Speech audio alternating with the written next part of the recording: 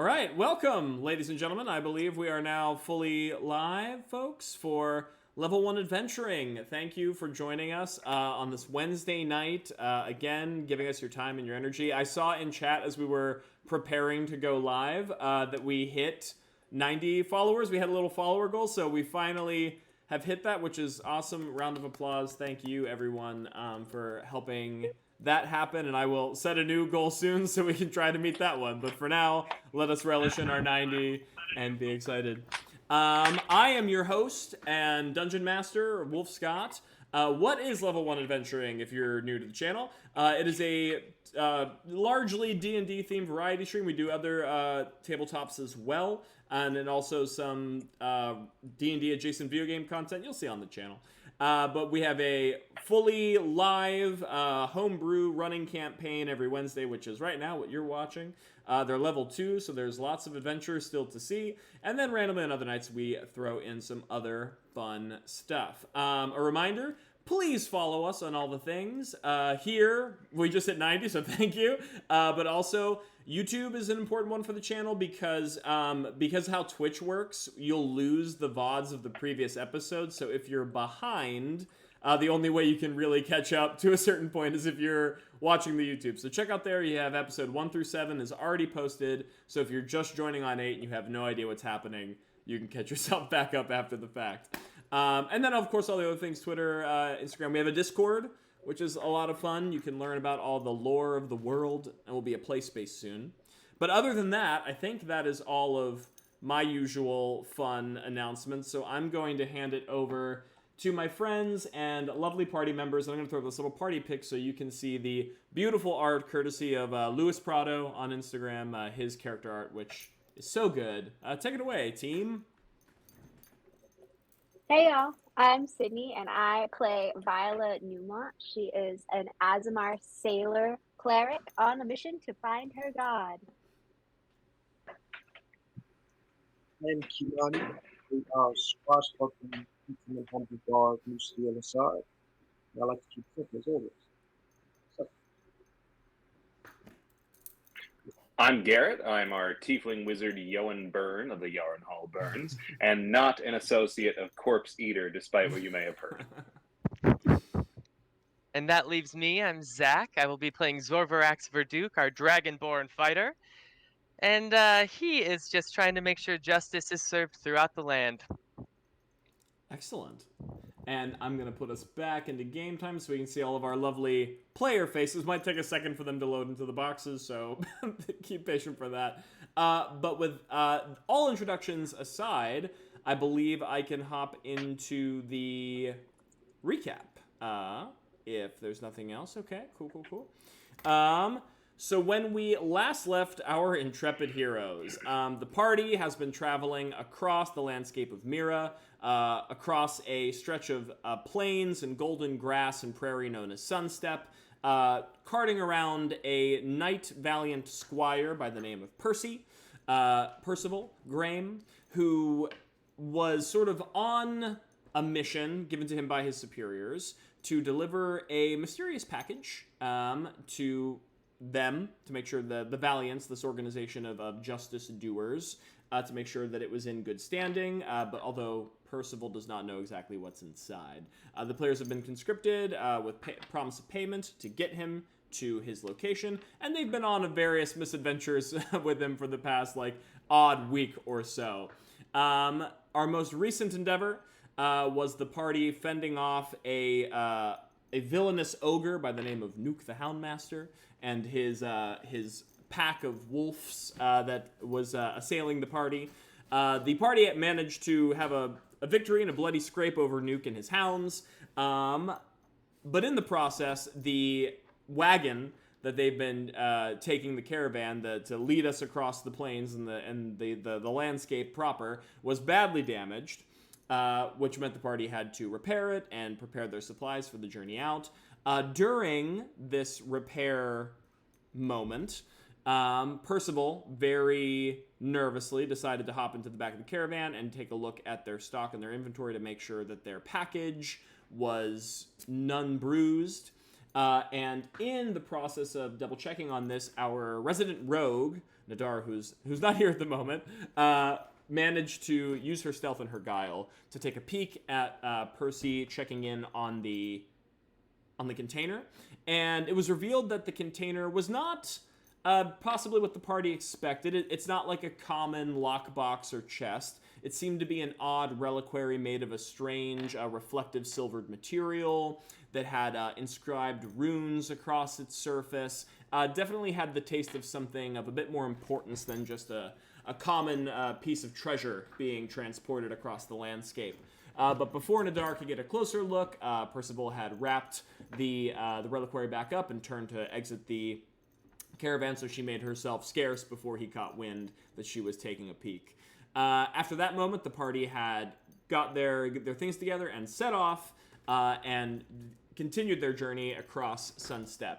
A couple days later, in the process of their travel, they did have we'll say a unique moment on the road where they passed a strange stack of stones that had some symbols carved across it. Had a hole sort of carved out of the center of the top-facing stone with a soft amber light glowing. And there was a walking stick set nearby with a sort of a burlap bindle, a sack attached to it. And through some cunning religion and history checks, I believe, from the party, they discerned that this small obelisk on the side of the road was known as a road shrine to Cattywex. And Cattywex, in the lore of our homebrew world, is a god figure. Sort of this mysterious seventh god figure, not a part of the sort of the good-aligned six or the more fiendishly aligned six on the nether realm and the aether realm. Sort of occupies a strange middle ground. Also chooses to live on the mortal plane with living creatures and travel, swap stories, play pranks. So a bit of a trickster god.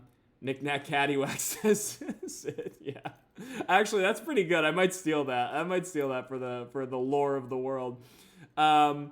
So yeah, this mysterious, traveling, wandering trickster god. They found this road shrine to him on the side of the road. Some of the characters did not want anything to do with interacting with a trickster shrine. Others, of course, were taken by curiosity, and they approached to inspect. It was a relatively quiet night in an open glade, and they, in their own respects, I believe it was Viola who sat down and prayed and lit some candles and had a vigil for Cattywex. Yoan opting to instead offer some tokens of their adventures, some trinkets that were claimed from some of their enemies in previous fights, as stories to give to Cattywex. And there was a moment of wind rushing through the glade. There was a giggle, a mysterious little on the wind. And when the party had opened their eyes, there was a wriggling, a mysterious wiggling inside of the burlap sack, which was not happening before. Overtaken with, once again, some more curiosity, Viola gingerly approached, attempting to cast light on it to see if she can get a better look on what was inside. But then the bag ripped open. There was a ear-splitting scream, and she was assailed with just a wave of snakes that rolled over her body and was buffeting her armor. And before she had a moment to react, she sort of steeled her mind against this overwhelming force, and a moment later realized that they were just party streamers and cute colored strips of cloth. One of Caddywex's little jokes, little divine jokes placed in Myrrah, but did also claim the offerings that were given to him, I should say them, at the shrine. And Yoan and Nadara, Viola were then blessed by the traveler. So they have a small supernatural boon for the time being, which is a fun little gift. Afterward, they returned back to the caravan and continued setting off on their way. Around this time, a couple days later, they reached the turning point, the precipice of where Sunstep, where they've been pretty much traveling for the better part of a week, or maybe 2 weeks at this point, turns into Riverholm, right? Which is on another side of the continent, word of the stream is boon. Yeah, I've been saying boon a lot stream, so get ready for that. It's like whenever I try to describe when you're seeing something, I always say discern. I always get made fun of for saying like, what do I discern? Yeah, it's just a good word. But cresting the hill over from Sunstep into Riverholm, which is sort of in the direction they need to go to deliver their package. Whereas Sunstep is once again ranging prairie grass, hills, gold and autumnal oranges and yellows. Riverholm is where the hills give way to graveled bluffs. There are a series of waterways and rivers that are cut actually through the landscape, and Riverholm itself is actually composed half and half of bridge works and sort of like stilted buildings and edifices. You need a sponsorship from Boone's Farm, says Mochi. Yeah, we'll take a sponsorship. Yeah, everyone get in contact with Boone's Farm. Send them our way. But a crisscrossing network of bridge works, stilted buildings, and rivers, which ferrymen and caravanners alike will travel across. Percy took a look at his map, and with the help of the party, found out the main body of water they needed to pretty much follow till they hit Parel Channel, which is the body of water that they are supposed to meet his contacts, the Valiants, at. And they set forth. A couple hours later, they were traveling along the river banks of Riverholm, and as they crested one of the rolling, sloping hills, the caravan was pushed, or pulled, I should say, into an unnatural stop. Their horses, I think at one point they were donkeys, but I think someone said there was a horse named Silver, so I guess we're retcon. Maybe we have one donkey and one horse. That seems like how this operation would roll. Or we're just so dumb we don't know the difference. Yeah, no one's decided to do a nature check to actually see what it is. But the cart was pulled into an unnatural stop. Percival was very concerned. And immediately Viola and Zorvarax wanted to investigate, threw open the caravan doors, hopped out, and immediately their legs were sort of assaulted by this unseen ethereal force that threatened to root them into the ground, into the spot. They made some saves, though. They steeled themselves and were able to push past that influence, although the area around them was still unnaturally heavy, wading through it almost like was like walking through quicksand. But as they were trying to inspect what was going on with the strange phenomenon, a group of mysterious figures appeared from the brush and from the rain that had been assaulting Riverholm, cloaked, wearing gray tattered hoods and cloth masks, all bearing sort of implements of spell casting, either staffs or wands, and very notably they were all wearing medallions, which you could tell were of the same make and model but had been blasted or marred or destroyed in various different ways. Yoan did a canny check on those amulets and discerned that they were actually a calling card of the Magisterium, which is pretty much the premier arcane magical academy in all of Myrrah. It's where it's in the city known as this is where I should open up the map so I remember the names. I'll remember the name in a minute, but it's in the Stone Coast, which is Virathon. Virathon is the name of the city. Virathon, in the realm of Stone Coast. These particular individuals are known as the Forsaken. They are essentially rogue wizards and spellcasters who left the Magisterium for their own reasons, or perhaps they were expelled because of dark experiments. Who's to say? But essentially, they all flee to continue their sort of arcane knowledge and banditry as the Forsaken. So they stopped. Once they revealed themselves, the party could pretty much see there was a magical circle that was inscribed upon the hilltop, which was the epicenter of this mysterious force holding them still. And it was very clear at this point that they were lying in wait for the party. They had demanded that the party relinquish this magical artifact. They could feel a powerful magical presence emanating from the caravan, and the party said, I don't know what you're talking about. And they said, Don't lie to me. We can sense it. We can feel it. And this went back and forth for a little bit, trading quips and threats, until miraculously, this party seems to do, they decided to try and talk their way out of conflict as opposed to conflict their way out of conflict. Yoan boldly and bravely climbed atop the caravan and announced all of the various villains that they have so far felled, including Nuke the Houndmaster, the ogre, as his shawl, his furred shawl that was his calling card, was now draped over their caravan as a token of their success. And with some canny checks and some proof to back up that they are, as fearsome as they claim to be, the Forsaken had decided that maybe now was not the moment to strike, and they decided to retreat for now and to go to their own devices. With that crisis narrowly averted, the party then decided to continue on their journey, and that is where we pretty much ended up in our final scene. The party was making their way through a small grove of overhanging trees that were by the riverside. They began to see flags pinned into the branches of some of the trees, bearing a heraldic crest of a griffin clutching a pair of cross spears on a shield, which Percy quickly pointed out was the symbol of the Valiants, the very people that they've been trying to find for all this time. As they rounded the corner, following the tents into the camp proper, they were met with somewhat of a disheartening sight. Expecting to see, a platoon of soldiers in full force ready to take on the threats of Myrrah large and wide. They saw that the camp was largely sort of scattered, almost felt like somewhat abandoned. A lot of the soldiers seemed a little aimless or crestfallen. You could see that the makeshift boats, which were pretty much like 3 sailing platforms that were set aside into the riverbank proper by the camp, have so far, they're still docked. They have not even attempted to be loaded yet. There definitely seems to be an element of unrest within the camp.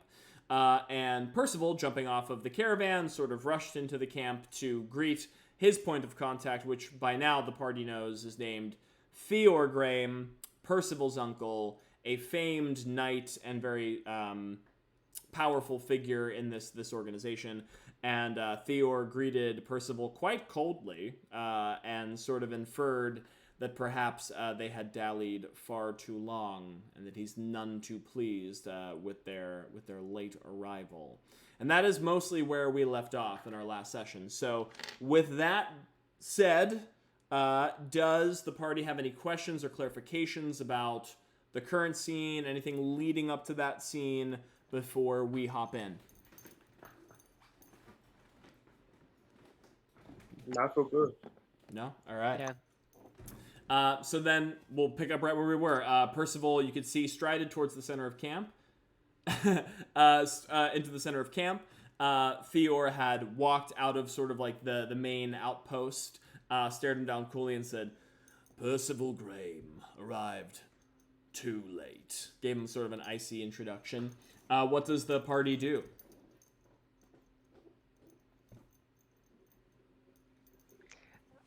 I think Zorvarax would strive up by Percival's side, put a hand on his shoulder and say, "You know not what he has done since you last saw him." I know what he hasn't done, and he hasn't arrived when he said he should, and every moment wasted was at our expense, our peril. Oh, as my alarm goes off. How dare you insult my talk to me? At our peril. We What's- came when we could. What's going on? What did we need?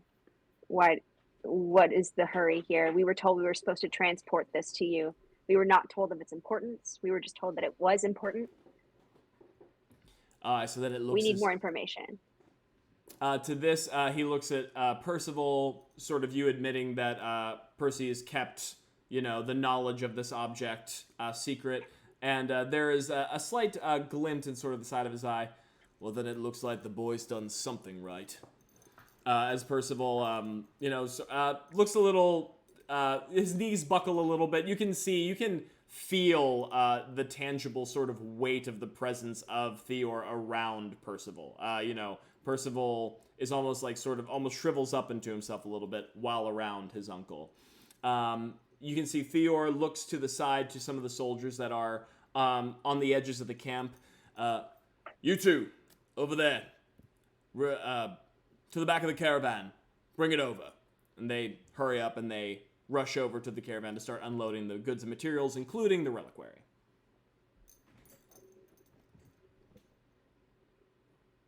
I look to Percival. What now? Uncle, these brave few have put themselves in great danger to ensure that your package has been delivered, and they are due their payment, if I am not to be mistaken, for their good service. And Theor's eyes are still trained on the soldiers, which are carting, the reliquary into camp, not even looking at Percival. And he said, "The job's not done." Uncle, what do you mean the job is not done? You said to deliver the reliquary to the Valiants.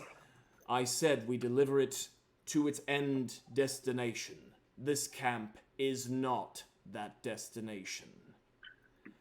And to this, Percival looks to the rest of the party, sort of. You can see the sweat beginning to bead down his forehead a bit. And how much further exactly is its true destination? To this, he tilts his eyes towards Yo and slowly scans him up and down. Can see all the noble finery and the. I'm so sorry, Yoan Byrne of the Riverholm Burns. It's a pleasure to meet you, Theor Graham of the Valiants. Actually, I'm gonna give our Theor Graham a little roll here to see if he would recognize that name. You can see he squints his eyes for a moment. Byrne, eh? Passingly familiar. Perhaps then you've heard of Durban mead? It's my father's specialty. Aye, many a soldier under my command has enjoyed a taste of the Durban every once in a while. Oh, I'm thrilled to hear it. And this is the company that Percival has found himself in. A mead maker, protecting himself across the wide breadth of Myrrah. Well, I do a bit more than make mead. I do know how, mind you. That's beside the point. And of course, it's not just me. It's and he gestures to the rest of the party for introductions, presumably.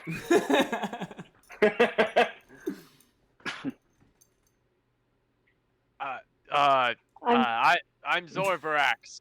I just brandished my glaive. Speaks for itself, really. Apparently. And I'm Vila. He takes a look at you. And that's Musidi.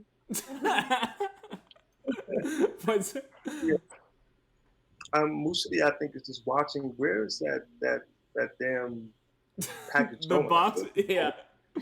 You can see the two soldiers at this point, as you're talking to Theor and sort of trading this icy introduction, manages to carry it towards the large commander's tent where Theor had arrived from, and disappears behind some tent flaps and is presumably now being watched over and taken care of within the tent. I can't help but feel bamboozled at this very moment. I feel like you've moved the goalpost on us, dear sir. You took a job. The job's not done. I imagine that if you have any shred of honor or wish for payment, that you'll see it through. Listen, I took a job, but I also am an honest person. I would appreciate a little bit of honesty in this moment. What are we doing? To this, he nods and says, I suppose there has been a fair bit of secrecy, and you have kept the boy alive, as he cuts a glance over to Percy. We are headed to Danareth, the capital in the Heartland. It needs to be delivered proper to the Valiant outpost centered in the city. We will take Porel Channel, the Blue Road, directly to the waterways, to the canals, offload there. How far is that? I look around. Actually, do I know? Would I know how far that is? Yeah, you would know.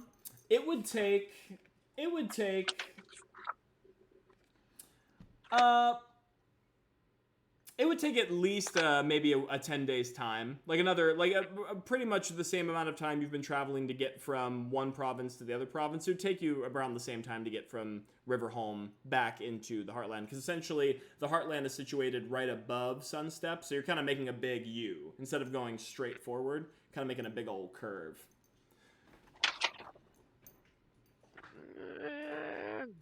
I mean, we did take the job.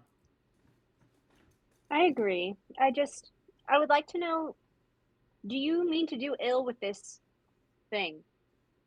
And gesture at the box. I The mean tent. to do what I've been commanded by the Valiants, and that is to deliver it safely. I hear you and I understand you. However, I would like to know whether your intention is to cause harm, not yours specifically, but yours as in the Valiants, to cause harm with that. I'm a sworn protector of the realm.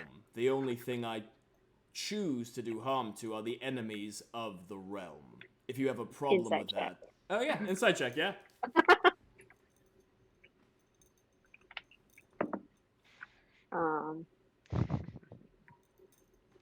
14. 14. Let me take a look at my little thing for Theor here. 14. I mean, he seems to be telling the truth. I mean, there's no Okay. shudder in him that says he doesn't want to protect the realm. Okay. So I just nod. I'm looking at him. I back down. Fair enough. However, there is a bit of business that we need to attend to before we can head out. And what might that be? Well, as you may notice, our camp is understaffed to some degree.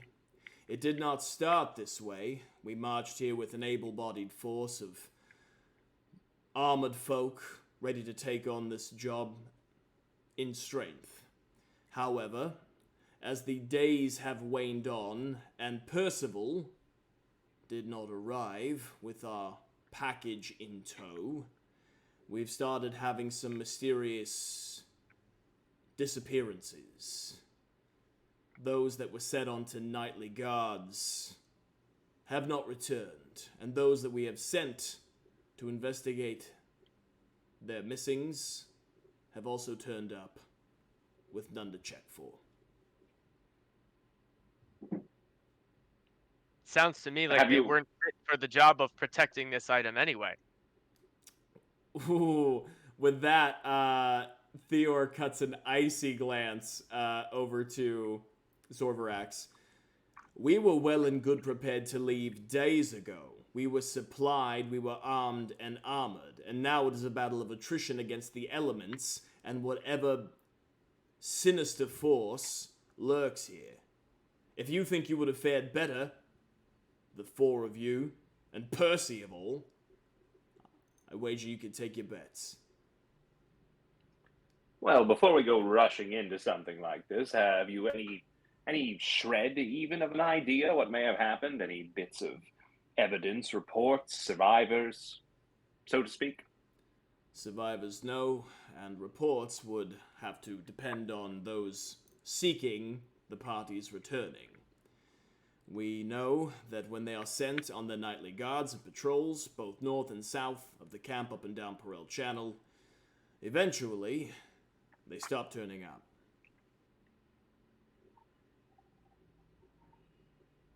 Do you believe that this is a magic of nature event, or do you think that this is a targeted attack? To this, he cranes his neck over to Viola. I'm no spell slinger. I have no knowledge of the supernatural, and there are very few who would be bold enough to see the banners of the Valiants posted on these trees. And oh, thank you for the the follow, whoever just followed us. Andriella, thank you so much. There would be very few who would see the banners of the Valiants posted on these trees and decide to fight us.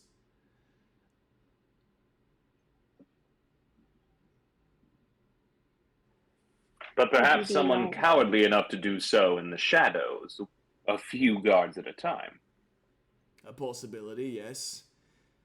I'm remiss to send more of my forces out for fear of what may happen to the remaining few, and I cannot leave until I know what has become of my troop.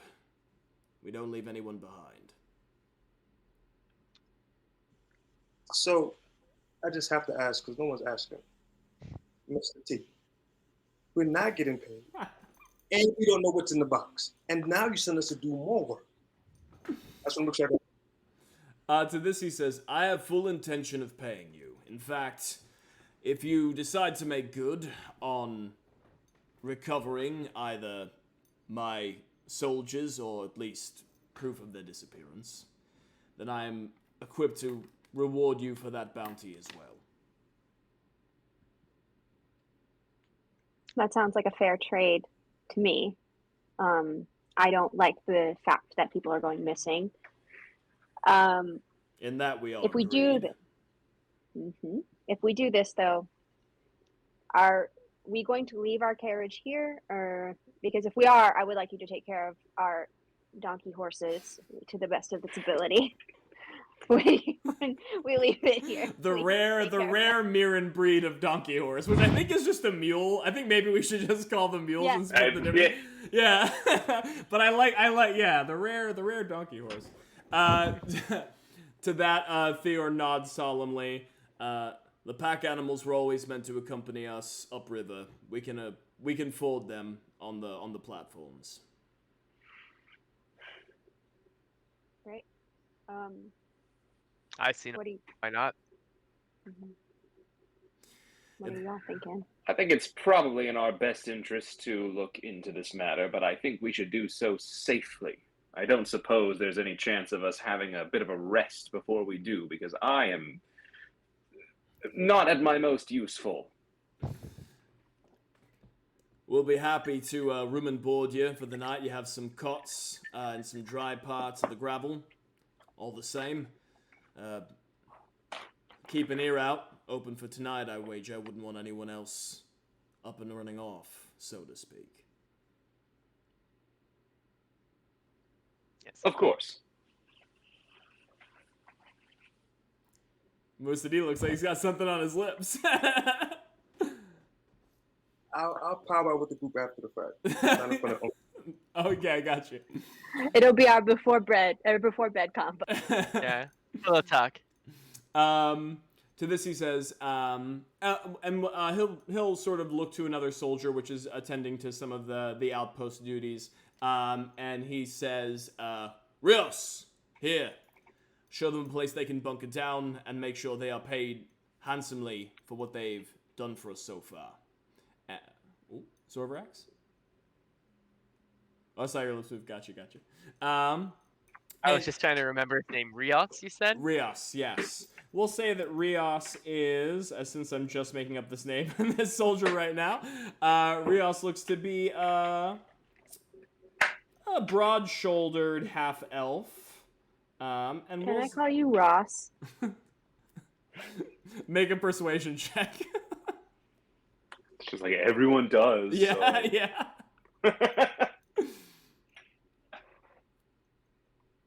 That's a 19. Nice. Ross once again hangs his head. Everybody does. We'll say, yeah, Ross is a broad-shouldered half-elf with a sort of top knot of red hair, wearing Valiant armor. And at your beck and call, Ross can lead you over to where you'll be staying for the night. So is it private? Is it just us now?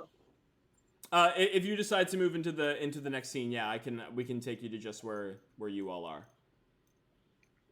Yeah, because we need to talk. Are we? Is Percival staying with us? Ooh, good question. To this, when Ross comes, Rios now Ross comes over and starts like making arrangements.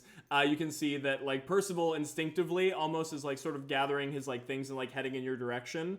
And Theor says, "Percival, we have much to discuss." And Percival sort of like sheepishly looks over to his uncle. Yes, of course, sir, Uncle Sir Theo Graham, absolutely. And sort of begins to wheel in the direction back towards his uncle. I'm gonna look at y'all and I'm gonna say I'm sad to be without Percy, but I'm also kind of glad because I feel like he might be more loyal to his family at this moment. Yeah. Is he still within earshot, Percival, would you say, while he sheepishly walks towards his uncle? Yeah, you guys haven't split quite yet. While he's walking, I'll just shout at him, Percival, walk tall. You should be proud of what you accomplished today and in this trip. Percival sort of like straightens his like hearing you, kind of remembering sort of the heroic moments that we've had. Gokvien to Dex gave a Elden Ring pot guy doing a dance, so thank you. To this, Percival hears your words and sort of remembers the harrowing moments that you all shared together, battling the wolves, battling Nuke, battling Corpse Eater, toe to toe. And you can see the spine straightens for a second as he looks back towards his uncle, and there's just like a huff of hot air from Theo's nostrils, like a, and to that, Percival sort of like halfway, sort of like in like sort of halfway count. Yes, Olvrax, that's a fine adventure indeed. And just sort of like wheels back towards Theor. Anything else for Percival or Theor before you split ways? Okay. So we'll say by this time, Theor corrals Percy to go towards the commander's tent. He pulls open the wide flap of the front entrance and then disappears behind it. And you can just see some firelight giving the faint shadows of some individuals behind there. Probably Percival and some high-ranking Valiant officers and Theor himself. And there's a sort of a hushed whisper as their conversation continues on. Ross leads the party towards where the camp is pretty much happening for the rest of the soldiers. You can see there's like a communal bonfire. There's a row of sleeping bags that have been arranged around the fire pit. There's some cooking utensils which have been laid over it. They're pretty much having some really rough, hardy material, just like some road food and rations. There are a few larger strips of cloth that have been bound to some of the tree branches and stretched outward like rain covers. Passive Spy said, success to all from an inspired gnomish plant potted plant. That's Joe. Thank you, Joe, and your potted plant sorcery for granting the party inspiration. Oh, so that's one for all of us, That's right? one for all of you. And this is on top of what we already had, or does it refresh every time? No, it stacks, so we'll see how much I regret that moving forward. Oh, boy. You can see there are a couple of other soldiers which are scattered throughout the camps. There seems to be two... Let me look at my notes. Two dwarves, a man and a woman who are playing what appears to be a... Joe says, I regret nothing. Yeah, we'll see. That's my regret, Joe. We'll see.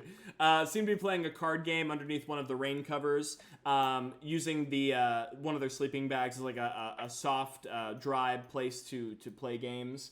You can see that there is a mahogany-skinned woman with sort of shaved hair down the sides and like a row of knots down the center. She is situated kind of further away from camp, her back to the rest of her compatriots, and she has a fishing pole, and she's just casting a line into the riverbed.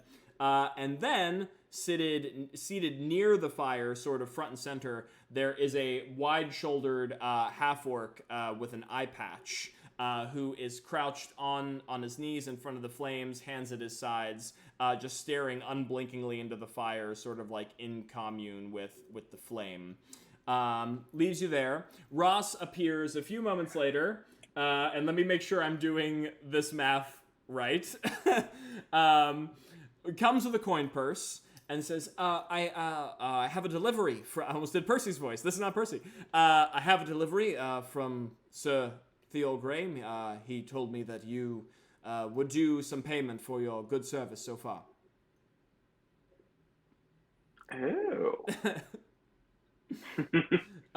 He hands over. Well, I should say, I guess there should be an exchange of some things, because he'll say, Percival tells me that you've collected some bounties on the road. Why, yes. As a matter of fact, we have several claws belonging to the Knoll minions of one corpse eater. Excellent news. And also there was the slaying of Nuke the Houndmaster, if I'm not mistaken. Oh, was there a bounty out on him as well? He was a terror of the hillsides. Indeed, there was payment to be due. For what exactly? And this In is exchange for what? And so looks at Theor's note. You can see it's stamped with the Valiant crest and signed in his hand, Sirrah Theo Graham of the Valiants.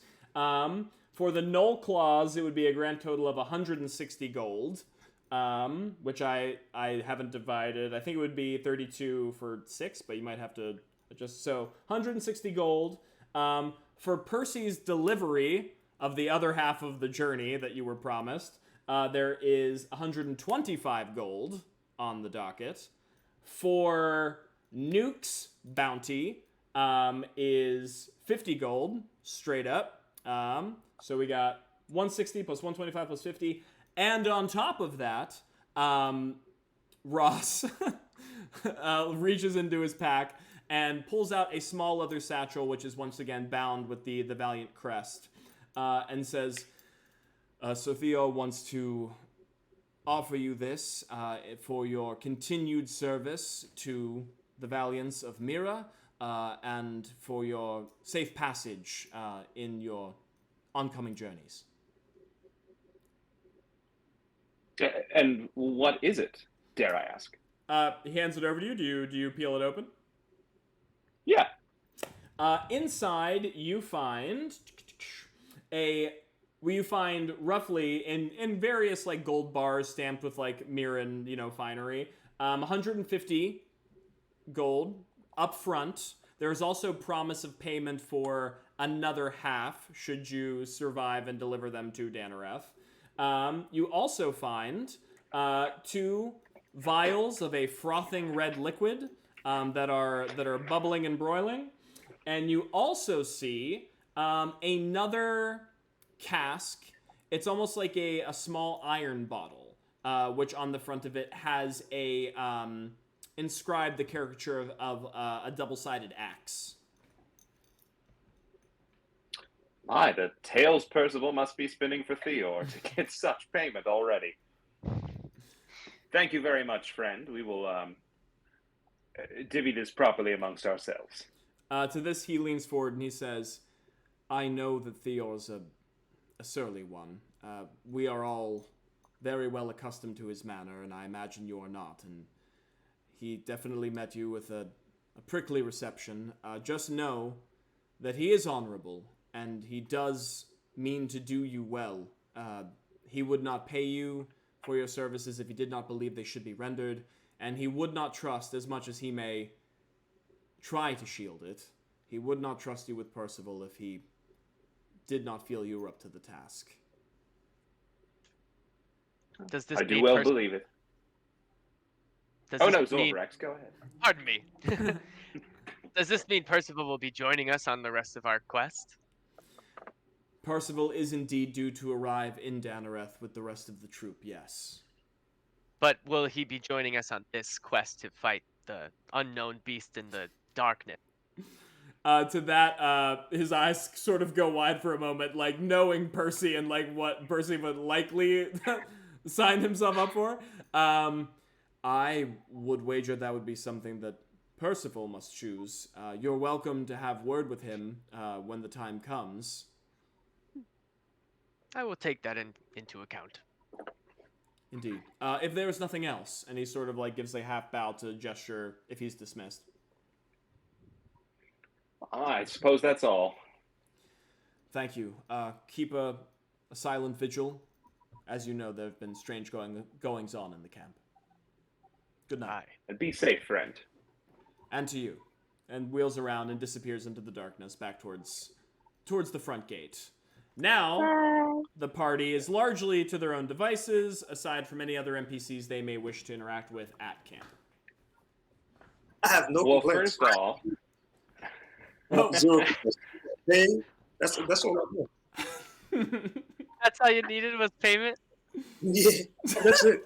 Yeah. Yoan starts splitting up the gold. If my math is right, that's 485 gold total. Oh. Which, if we call it 486, we can take an even 81 apiece. Look at that. You found a couple pieces of spare change. That just... Oh my goodness. One apiece. Thank you, Dior. That's Wait, you said 81? 81. That literally doubles my. Listen, the Valiants, they're not hurting for coin. They're the servants Clearly. of the realm. Really are generous. The 2 red potions I imagine we recognize as potions of healing. Indeed, you do. Yoan's definitely going to hand one of those to Viola, being our resident healer. And to whom should we entrust this second one, would we think? I If you think we give it should to give it They're not- to either Yoan or Musa D because y'all don't have as many health points as us. Yo, Well, I'll be damned if I know what that means, but... Yoan's like, is this something they teach you in religion school? Health points? Yes. Yo, let's flip for it. Oh, absolutely, yes. Let's do. Sounds exciting. Let's go. Are we rolling d20s with roll size? Yeah. Yeah, let's do it. Forget you, I Dan. guess We got one our of own you. rules. Yeah. You handle this amongst yourselves. I'll just observe. Okay, what you roll? 9. You rolled a 9? I rolled a 10. And so Coin flip humble. comes And down, so humble. It spins. It looks like it's gonna land tails, and it just pops over heads.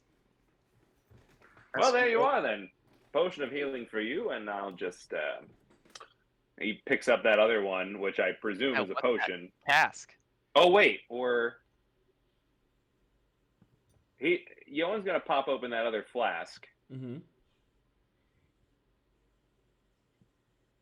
You know what? Screw it. It's gonna be funny. He's gonna take a sip of it because he thinks it's a potion, but I don't. Oh no. It touches your lips, and it is you're expecting, you've drank potions before. Normally it's a frothy, liquidy, like I can easily swallow this, a nice sort of a sensation. This is like a viscous, sour. I knew it. It tastes almost metallic to the tongue. It's sort of like slowly dribbles down your lip and leaves like a shimmering little spot. Yeah, give me actually roll me a Constitution save. Oh God. What am I, a sorcerer? 11. 11. Okay, you're fine. There's a moment where you feel that like irony, that metal taste on your tongue, almost begin to reach like a fever pitch. Like it might actually wound your lip for a moment. But then you sort of and it easily leaves you. Wait, did they try to poison us? Did they try to poison no, you? Are you all right? it's not a potion. I should have asked. Perhaps it does something to to weaponry, axes. I don't know. Here, and he holds it out to our resident weapon expert, Zorvarax. Don't drink it. Trust me. I know I can stomach anything, but seeing you, I don't want to try. I'll give it a sniff. What would I do to check to see if I know what it is? I would say I would say give me a Arcana check. That. Ooh, that's a 3. Inspiration that I just got.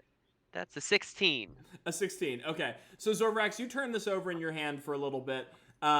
You've studied all sorts of different relics of the past, being the treasure hunter that you are. And you've maybe found something similar in a cave before. Exactly, yeah. You've seen variations of this same sort of weapon inscribed iron bottle over generations, right? So let me read the description here. This clear gelatinous oil sparkles with tiny, ultra-thin silver shards. The oil can coat 1 slashing or piercing weapon or up to 5 pieces of slashing or piercing ammunition. Applying the oil takes a minute. Afterwards, for an hour, the item is treated as magical and has a +1 bonus to attack and damage rolls. So it is an oil of lesser sharpness. Nice. Can I? do after saying exactly what it is? Yeah, I say all of that. Anyone Oh else? no, by all means. You got it. More? Thank you got very it. much. I don't like to get within dagger distance. We've seen my track record. Thank you. I'm gonna see how I can add this to my inventory really quick. All right, So so with you've that been... being said- Oh, sorry. Musadi? So with that being said, right now the party and I we're all just in the middle of. Is it like? I can remind me. Is it the tent? Is it the tavern? What's going on? What was it said? You pretty much have a series of bedrolls that are arranged around the communal fire. You can say that for the purposes of like your privacy, you don't have a full tent per se, unless the party actually has their own tents they can supply. But we can say that you have like a rain cover, which is protecting your sleeping bags, like under like the trunk of a weeping willow tree sort of situation. So you have a little bit of privacy. You can still clearly see everyone in camp, and they can clearly see you. But as we described earlier, most of them are attending to their own business. There's some playing games. One seems to be attending to the fire. One is fishing. So no one's really like keeping a sharp eye on you per se, but you're still within eye shot of the soldiers.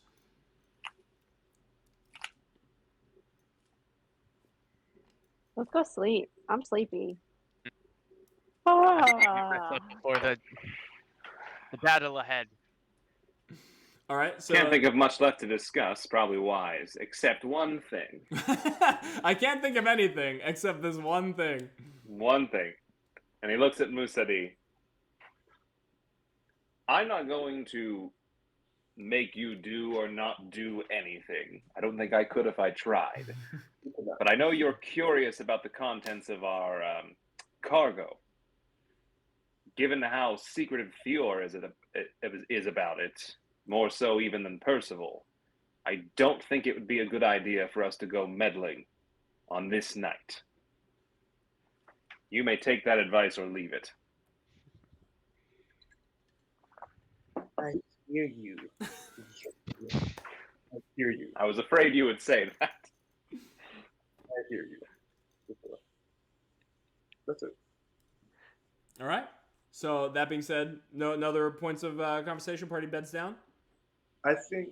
Yes, please. Well, I think I'm just gonna go play for the soldiers. Just play out there, whoever's out there. Nice. Do you just play like in the center near the fire, near the firelight? Duh. Yeah.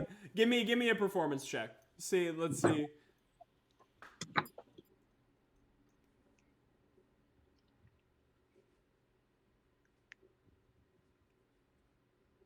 17. 17. You can see that you draw the attention of the two dwarves who are playing card games. They sort of like leave their stacks exactly where they are and sidle up and next to the firelight. Even the half-orc who had sort of been praying over the fire shifts his attention and sort of claps his hands in his lap and watches you play your tune. The only person who remains sort of somewhat aloof is the young woman who's fishing at the riverside, but even she, to a certain degree, like shifts her weight so that instead of her back is to the party, she's like catching one ear to the tune as she continues to angle. And we'll say, give everyone, as you're going to bed, give yourselves a point of inspiration for role playing and Yay. for playing for soldiers. And You're doing such dangerous stuff, I giving am us so so much power. inspiration rich.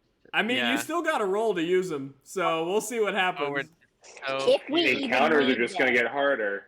yeah, we're not gonna fight a single thing. The night Arm our way up.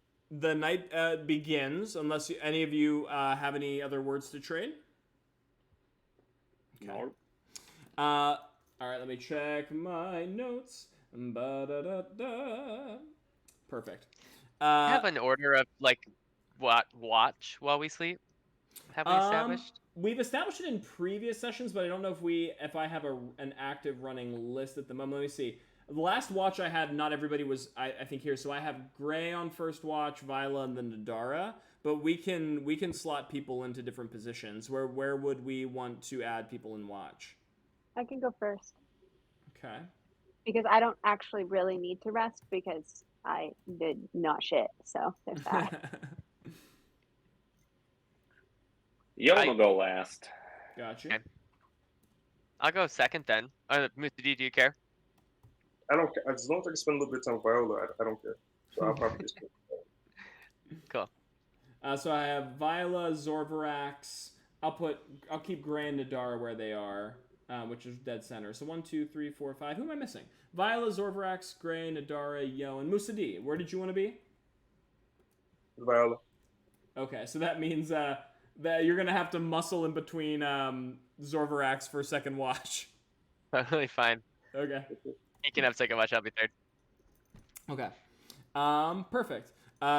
Viola, if you can give us our first perception check for. What's up, Vinny Vinny Vici? Came in. Dang. What's up, beautiful people? Ooh, I am going to use my inspiration because that was a 1. Okay. Okay. 22, non-natural, obviously non-natural 20. 22. Perfect. You keep your eye on the camp throughout the night.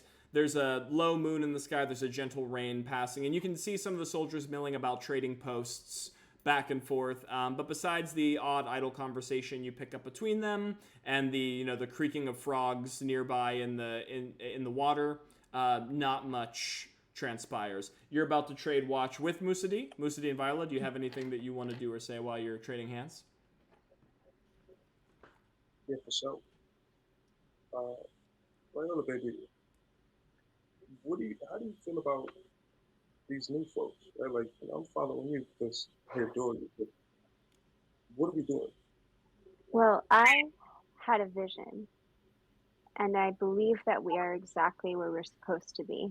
It was made clear to me, and you know that I've explained to you that I've been having a very difficult time connecting to my God. And right now, Tetrios is being very clear that we are exactly where we need to be. Yeah, but what exactly do you mean, right? Like, you say this, but it just feels like you're just wandering. I don't believe we're wandering. I believe we're traveling. We're journeying. Yeah, but in your vision, your dream, did you see me almost die? I'm sorry, will you say it again? You cut out at the end. Did you see in your visions me almost dying and bleeding? I saw us struggling. I wouldn't say that we almost died because we were there for each other. We were there to protect each other. I believe that if we split up, that puts us in more danger. I'm going to do my watch. Okay, we can revisit this. I definitely am always open to conversation, but right now, when the direction is so clear, it's hard to ignore. I'm sure. All right. It looks like watch is trading hands to Musaddi. Musaddi, would you give me a perception check?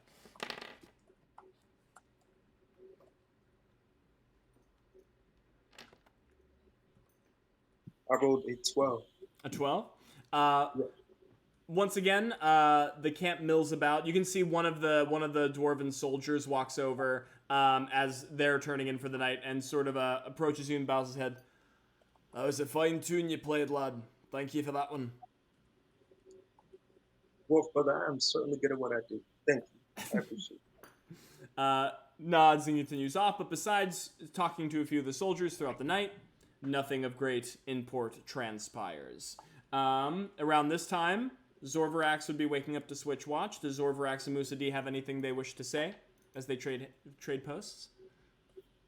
I think Zorvarax would kind of play a little trick on me and try to sneak up on him. Zorvarax, As unsneaky as he is. I'm about to say, doesn't your armor give you disadvantage on stealth Oh, check? absolutely. Okay. Oh, 100%. Perfect. All right. So give me a stealth check with disadvantage, and Musa D, give me a perception check. That's a 1. Yeah, don't even bother rolling, Musa D. Don't even bother rolling. So I rolled a 2 and I have -1 stealth. Let's go. Zorvarax stirs from his bedroll, and Gonna the whole time bother. you hear like shunk, shunk. And he's giggling. He's giggling along. He's like, oh, he's gonna be so spooked. Ooh. Blue, I hear you behind me. There, Blue's not here. That's pitiful. I mean, Ooh, this is the wind. pitiful. Blue, I'm sleepy as hell, and I think you're doing fantastic work in person. It's just, I stand up. It's just me, Musa D. It's not the wind. I'm here to take over watch. I bet you. I see your face. You look tired. I'll go to bed. I go to bed. Since I got it. Zorvarax, would you give me a perception check as you take over watch for the night? 100%. That's gonna be an 18. 18. You can see the soldier who's been angling at the riverside, watching your whole escapade with Musa D, sort of looks away for a second and snickers under her breath and shakes her head and just keeps angling it and continues to fish. Besides the sound of her angler hitting the water, nothing transpires. It looks like around this time, Yoan would be waking up to trade watch with you. Well, I got plenty of inspiration right now, and I don't want to get ambushed, so... Oop. Do you have anything that you want to say, trading hands, Zorvarax, to Yoan?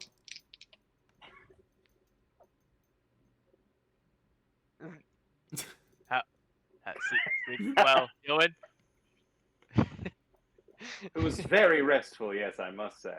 No disturbances? No, but you should have seen Musa D's face earlier. I got him really good. It was a funny prank. You missed it. You had to be there. Have a good night, friend. You as well, Zorvarax. You as well.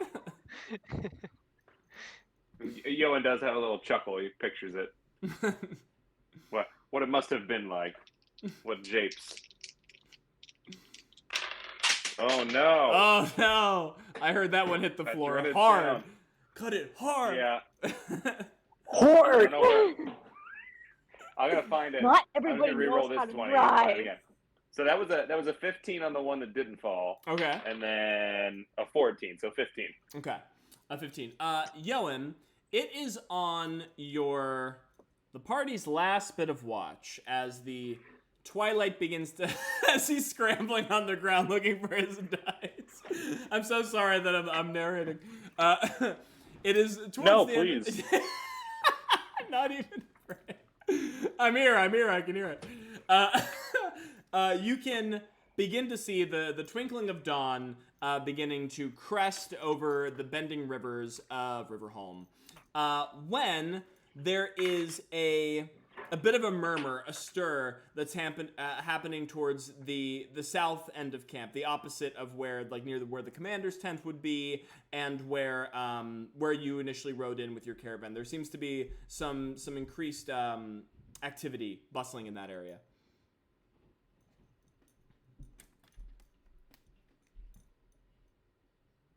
Oh, I think you're on mute. I was. Can I tell what sort of bustling and what sort of disturbance? You can hear the jangling of armor. You can hear the heavy footfalls of boots. And you can hear the hurried words of familiar voices. It sounds like something is going on within the camp and its inhabitants. All right, let's see. Who was it that had first watch? Was that Viola? Yes. Great. Yoan's gonna wake up Viola and tell her something seems to be going on. I don't want to wake everyone yet, but if you wait outside the tent, I'll send a message. A little, he waves his wand, a little magical one, if we need to wake the others. Okay, sounds good. And then Yoan's gonna go carefully check out the source of the disturbance. You walk towards the south end of camp where you can see a small gathering of the Valiant soldiers huddled around the back gate. You can also see what appears to be Theor Graham. His back is to you since he's facing the gate, but sort of staring ever steely-eyed into the bluffs, the wet bluffs before him. And you can hear some of the guards trading words. Commander, I saw him but for a moment. He was on patrol. He was walking towards the river's edge. And then as soon as I turned my head, he had disappeared.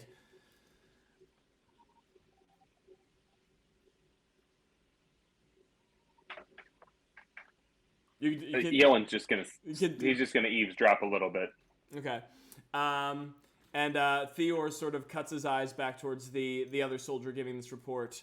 And you're sure it was right next to you until you turned your head. There was not a moment between you two. Yes, I assure you, Rios was right beside me, and then just moments later, there was a heavy wind, there was a blip on the rain, and he was gone.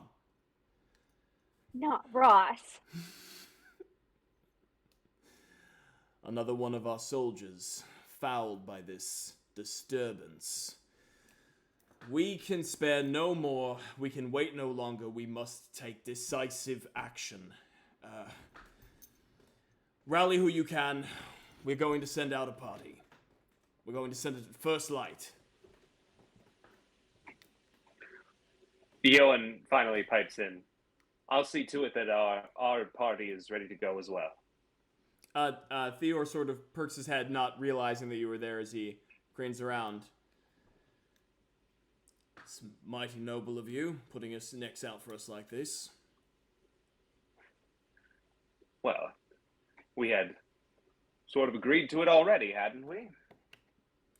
Just wanted to see if you'd keep your end of the bargain once the danger finally set in. Half of mine thought that I'd awaken and the camp would be evacuated of you. Well, I'm glad to see that you've learned better of us. We faced dangers already, and I'm sure there's more to come. I'll tell Percival. Prepare your things. Will do. He gives him a little salute, which is definitely wrong, but his heart's in it. Right, yeah. Theor returns a gesture to you, which is like a balled fist over his chest and like a nod. He like clearly clocks that you're doing some maneuver, which is unbeknownst to him, but tries to trade back a respectful gesture and then marches back towards the commander's tent. Wonderful. Yoan is going to make his way back to camp, over to Viola, and in person tell her, seems we've lost our friend from yesterday. They Ross? would like to send... Yes, Ross. I was going to say Ross, and I was second guessing it. No. We're sending out a search party at first light. I think you And can... we'll we're be going. Yes, We okay. already promised. I know, I was just making But, sure. Sometimes you're tricky. Me? Tricky? A little I bit. mean, A little bit. heart's in the You right know, place. you But love that's it. besides the point. I think we have enough time for you to finish your rest and for the others to do the same. And then we'll pack up and head out at first light. Okay. Sounds good. I'll go back to sleep. Or I try I to. go back to watch. Excellent. With that, Yoan, your watch finally closes, which completes the rest. the party, you may now take the benefit of a full rest, replenish your health, Thank replenish your goodness. spells, replenish all of the good things. And then once you feel good about that, I will push us forward.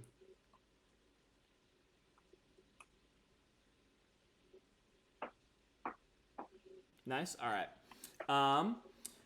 At first light, the camp now fully abuzz with activity. You can see most of the soldiers are mounting on their armor. They're tightening their straps. They're sharpening their blades. There's a sense of renewed purpose in the camp that seemed to have been much lacking when you first arrived. There is a small contingency that are left behind that are posted at the commander's tent, what you largely imagine to be a holding force for their package, which is obviously very important to them. But otherwise, the camp has been divided into seemingly two halves. A majority of the holding force is placed at the northern gate, where Theor, with Percy in tow, whose Percy is one hand on his sword, rattling like in its sheath, sort of like right at his uncle's footfalls. Theor marches over to where the party is gathered on the other side. So there's a group of soldiers for the north side, and then Theor, Percival, and the party on the south side. Percival takes a look. Rios was last seen at the south gate. Myself, Percival, and this mercenary company will take a scan of the South Vaporeal Channel to see if we can make hide a hair of them. You stick to the north. Keep abreast of each other at all times. We have no idea what is causing this disturbance. I don't want to lose any more to this foul influence. We'll report back here in a few hours' time to make sure that we've either recovered Rios or what remains. And they all trade some I almost saluted, some fists over their hands. They seem to be accepting these terms and the splitting of the party. Viola has something to say. Yes. Before we split, is there somebody that's clearly in charge of the team that's going the other direction than we're going? Yeah, we'll say the very fearsome-looking half-orc who was praying by the fire yesterday seems to be barking orders to the northern force. Great. So I'm going to walk over to the half-orc and I'm going to say, "Hello, my name is Viola, and if you would allow me, I would love to grant you some guidance from my god Tetrios for your party." To this, the half-orc up eyes you, reaches into the fold of his armor where you can see a bit of a necklace is poking out, and reveals what appears to be his own pendant. However, this one actually has what looks to be a warhammer wreathed in flames, inscribed on the front of it. He says, "I have all the valor and guidance I need from Azra Shah." I appreciate that. Wouldn't you?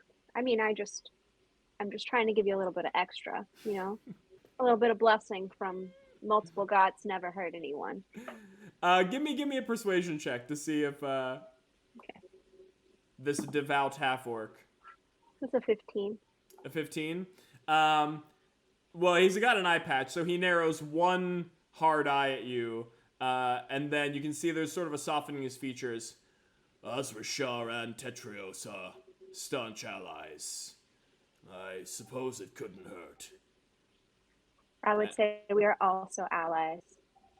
And I'm going to place my hand on him and grab my holy symbol, and a blue is going to come out of my hood, and I'm going to cast guidance on him. You can see bows his head in reverence, very familiar with many of the religious customs of this land as well. There is a soft golden glow upon your hand, which is sort of right over the pendant, which gives it almost like a supernatural glow for a moment before he raises his head.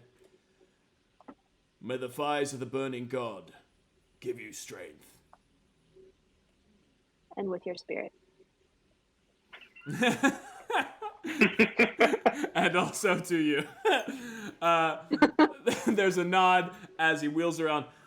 All right, you worthless sacks, get marching! As he sort of like points his finger, and the rest of the soldiers quickly gather and begin to march outward.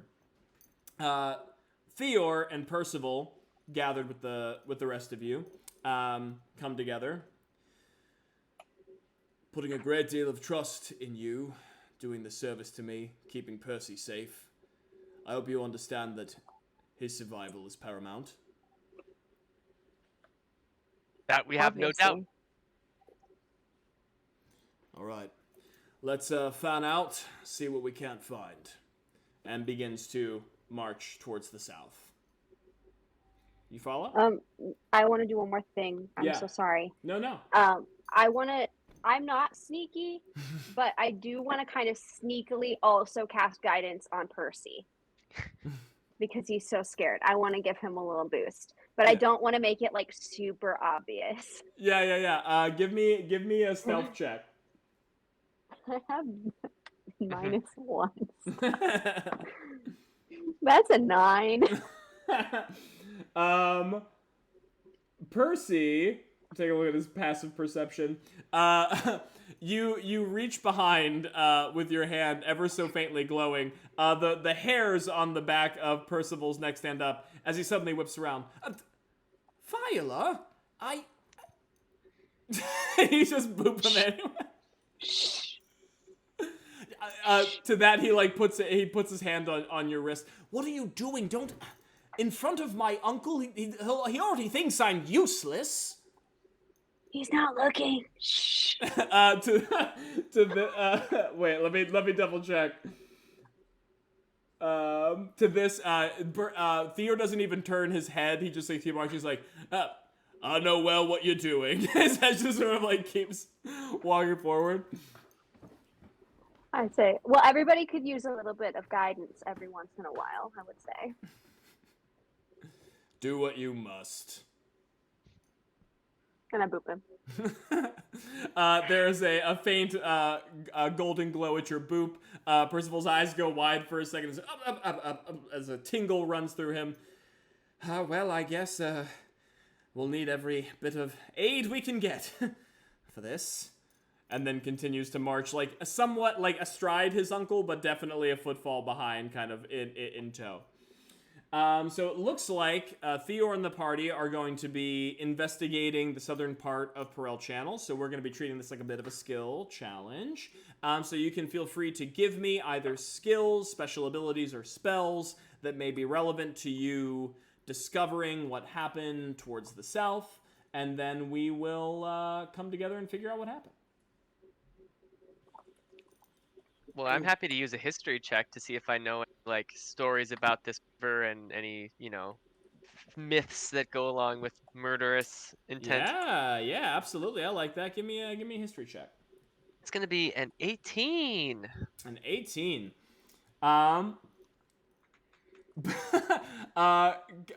Karasabingo says, "Boops by boons."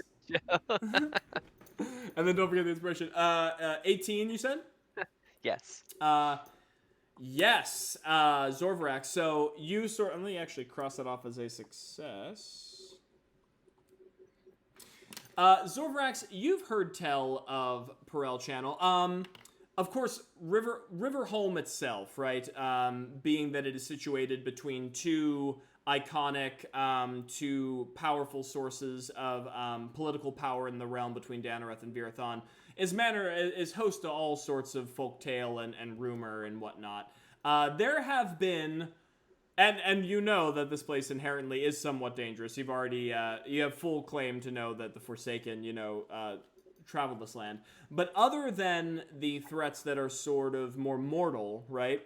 You are well aware that there are various river bends and lakes across Riverholm, which are said to be the housing places of supernatural threats, vengeful river spirits. Little Jeezy says the implication of the inspiration is what it's all about for me. Vengeful river spirits, the ghosts of people who might have been lost or drowned as they're traveling across the countryside. There is no, short amount of mysteries and tales of dark goings on at the water's edge. I relay that to everyone. Yeah, not that surprised. Along these waters all the time. Theor Um, cuts a glance to go ahead. you. That's okay. Well, you felled gnolls and ogres. Do you think you have it in you to slay something more fiendish in nature? I do. I look him straight in the eyes. For both of our sakes, I hope you're right. And turns his head and continues looking. Viola had something? Yeah, I want to like kind of see if I can see any signs of where, like kind of like tracking type deal to see if I can see anything. Yeah, Would that be survival. what would that be? Survival? Okay. That was a natural one. So my abundance of inspiration, Right, I'll go yes. ahead and just use Yeah, it. the godly Um, influence of Tetrios.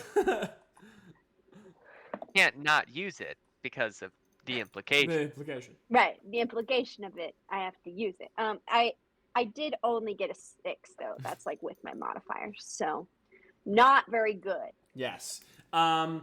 Viola, you crane your head down towards the dirt and the tracks before. You can definitely see there are some footfalls of, it looks like to be two patrol heading forward along the river bend. But as the rain has gone on through the night and actually started to pick up, and you're now being sort of buffeted by a more constant drizzle, a downpour, if you will, much of the deeper tracks have been washed away and have been relinquished back into the waterways themselves. So you don't get a really good eye on where those footfalls might have eventually traipsed. But unfortunately, that is a fail on the skill challenge. Owie. Would it be okay if you should be? Can I use stupid animals to ask the animals about? Hey, where's all the folks disappeared to? Whoa, yeah, I like that. Give me, because you're using a spell, you're using a resource, I'll give you advantage. Give me a persuasion check with advantage.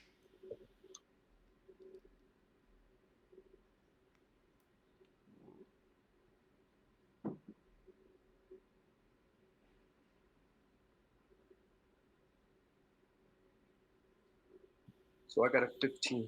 A 15? Musadi, you take a look towards the riverside, and you can see sitting on a lily pad is an overly plump wart-hided toad, which is sort of scrunched up, looking at you. Well, sort of looking in your general direction, just completely bliss face. Do you approach and speak with animals? Sure, yeah. What do you say? You ugly as hell, but I need your help.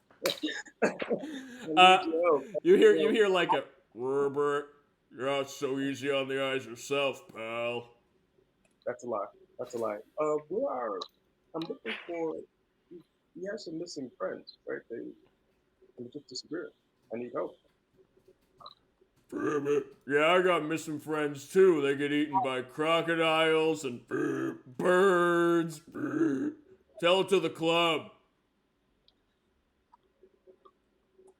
I could kill you. Just tell me where. Like, I just need help, right? I need help. I'm losing patience very quickly because I'm talking to a frog. Where are the? I need help finding people. Oh yeah, big man. Yeah, threatened to kill me. I'm just having a bask. I'm just trying to have a good day. Brother Frog, do you like music? Can I play something for you? And we spin tails together. To this, sort of cranes his head to the side. You know frog songs? Of course, yeah. I whip out my instrument and I try my best to do frog songs. Whatever that sounds like. Okay. Give me a performance check with disadvantage, because I don't know if you... Do you know if... I'm going to say you're making up frog songs.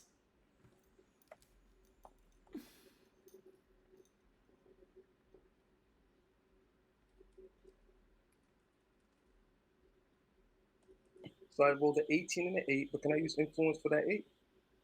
I mean, yeah.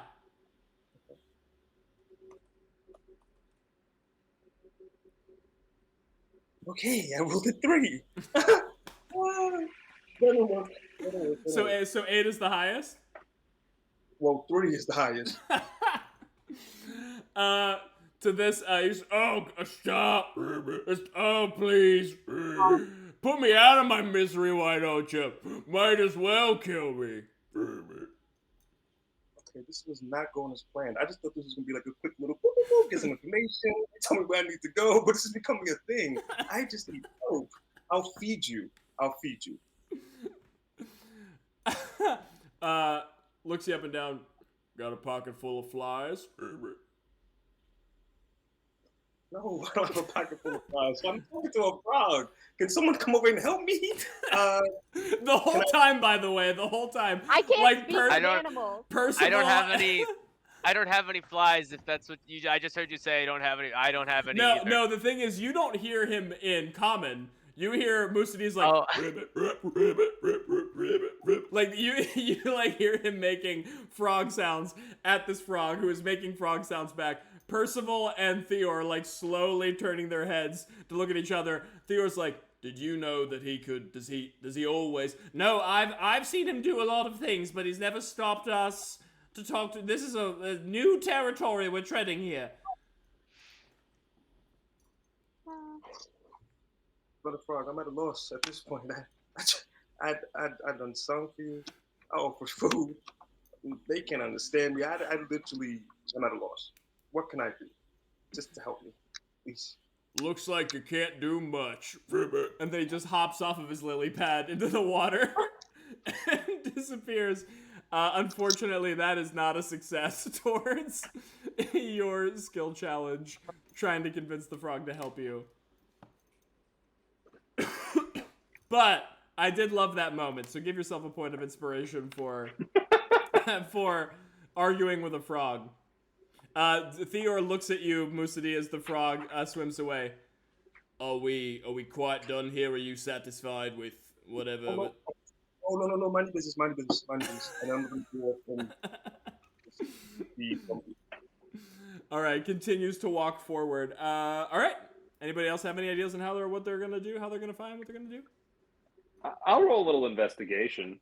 Okay. I guess Yoan would be looking for the sorts of places that would be smart to like set up an ambush, kind of good getaway paths, that kind of stuff. Okay, I'll take that. That might lead us to some tracks. Mm-hmm. I need some inspiration. See what I tell you? You gotta spend them all. You gotta burn them. That's all for naught. 13. 13. Yoan, you walk alongside the party. You look up towards the treetops. You're looking for canopies in the willows, which might make good for good platforms where you know that the Forsaken are here. Maybe other bandits stalk the woods. You're looking for places where they might crouch and lie in wait. You've seen at least the fact that the Forsaken can use their sort of misty pathways and the natural foliage and the water to help them hide and move. But you don't catch any sights of any places that look like they may be lying in wait. Well, I don't know if we lost Moose or if he just had to turn off his camera. We'll see. Oh, it looks like camera's off. Those are good. Yeah, you wander around for a while, but it doesn't appear to be there's any sign that there was a staged attack or exit plan or anything like that. Damn. At this point, now that the party has attempted to investigate but has failed, can you all give me a Constitution save as you've spent a large amount of time traipsing over harsh terrain and bad weather, and you have failed on your check? There may be repercussions. I'm also using a point of inspiration. I've been rolling ones like I've never rolled. Like it's a loaded die. That's a 14 for me. A 14 for you. I got a 9. A 9. 15. A 15. 9, 10, 15. Sorry, I had one more. Yeah, I got a 6. A 6. Okay. For those of you who rolled under a 14, you are afflicted by 1 point of exhaustion as your bodies and your minds are pushed to their limits, trying to find some trace, some hair of Rios on the riverside. Yes, Viola. Does that mean that we just lose a hit point? No, there's it's Pretty sure it's disadvantage on skill on checks. yeah, on ability checks. And then the more levels of exhaustion that you get, the worse things that happen. Yeah, number 1 is just disadvantage on ability checks, and then it goes into your speed's reduced, disadvantage on attacks and saves, then your hit points go down, then your speed is 0, and then you die. So you're a long way from death, but you are beginning to feel the wear and tear of the toil of the day. I feel like I just woke up. Adventuring's a tough lot, you know? Talking to that damn It frog. hurts my brain. You search for some time. Let me look at my notes here. Weary and worn, you come into a break in Perel Channel where there's a stonework bridge, which is sort of built from one end of the land, crossing the waterway to the other bit of land on the other side. Theor is looking... Oh, I should actually roll for Theor and Percival. Theor weathers everything in stride, hardly flinching, hardly blinking as the rain... He has guidance. Percival has guidance, just so you know. I'm just reminding you. Yes, I believe that's for ability checks, though, and this is a saving throw, if I'm not mistaken. Yeah, because resistance is for saves. So Theor's been used to surviving in all forms of environment. He's hardly weathered. As he's like marching towards the bridge, you see Percy like practically dragging the sword behind him. Oh, Sir Theor, good and esteemed knight captain of the Valiants. I find myself at my wits and my muscles, and can we but take a moment from our most noble quest? And then Theor turns around. You want to take a sit down? Is that what it is, Percy? You need a moment to catch your breath. And this says, I would be well obliged.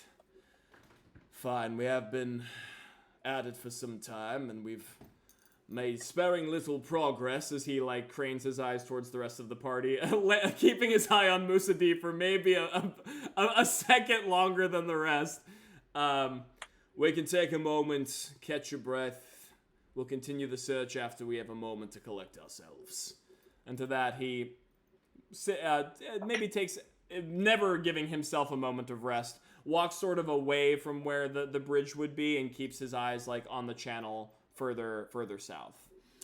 Percival sort of wanders doggedly towards the bridge and then finally like throws one arm over the one side, another on the other side, and just like lays his head down on the cool stones and just like is heaving and panting and breathing on the edge of the bridge. What does the party want to do? I think I would want to go over to Percival and be like, Percival, we're scanning for murderous monsters on these waters. You might want to look alive, my boy. We haven't seen murderous anything. We haven't seen a murderous person. We haven't seen a murderous monster. We haven't seen a boot print. We haven't seen... The only thing we did see is a frog. That didn't help much.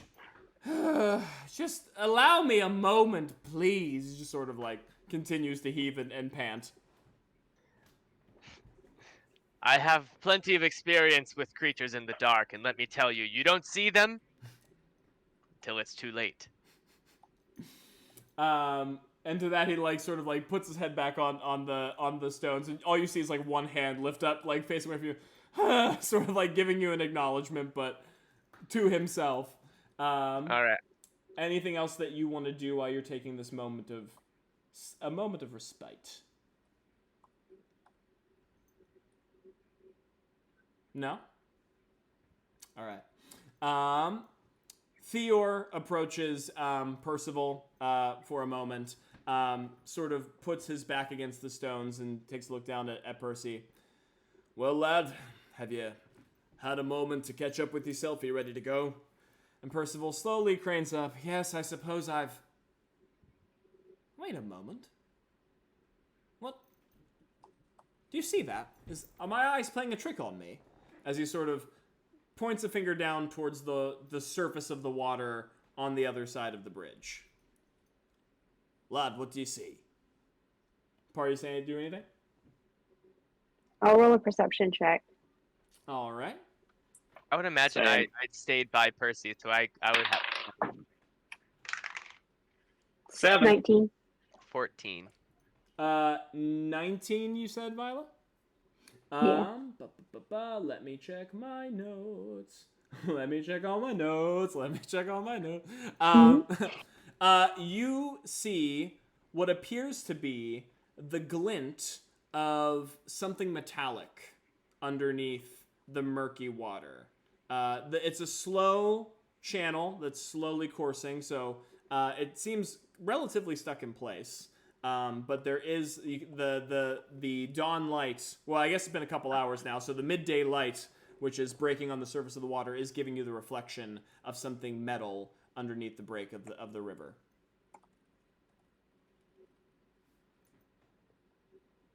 All right, describe that to everyone.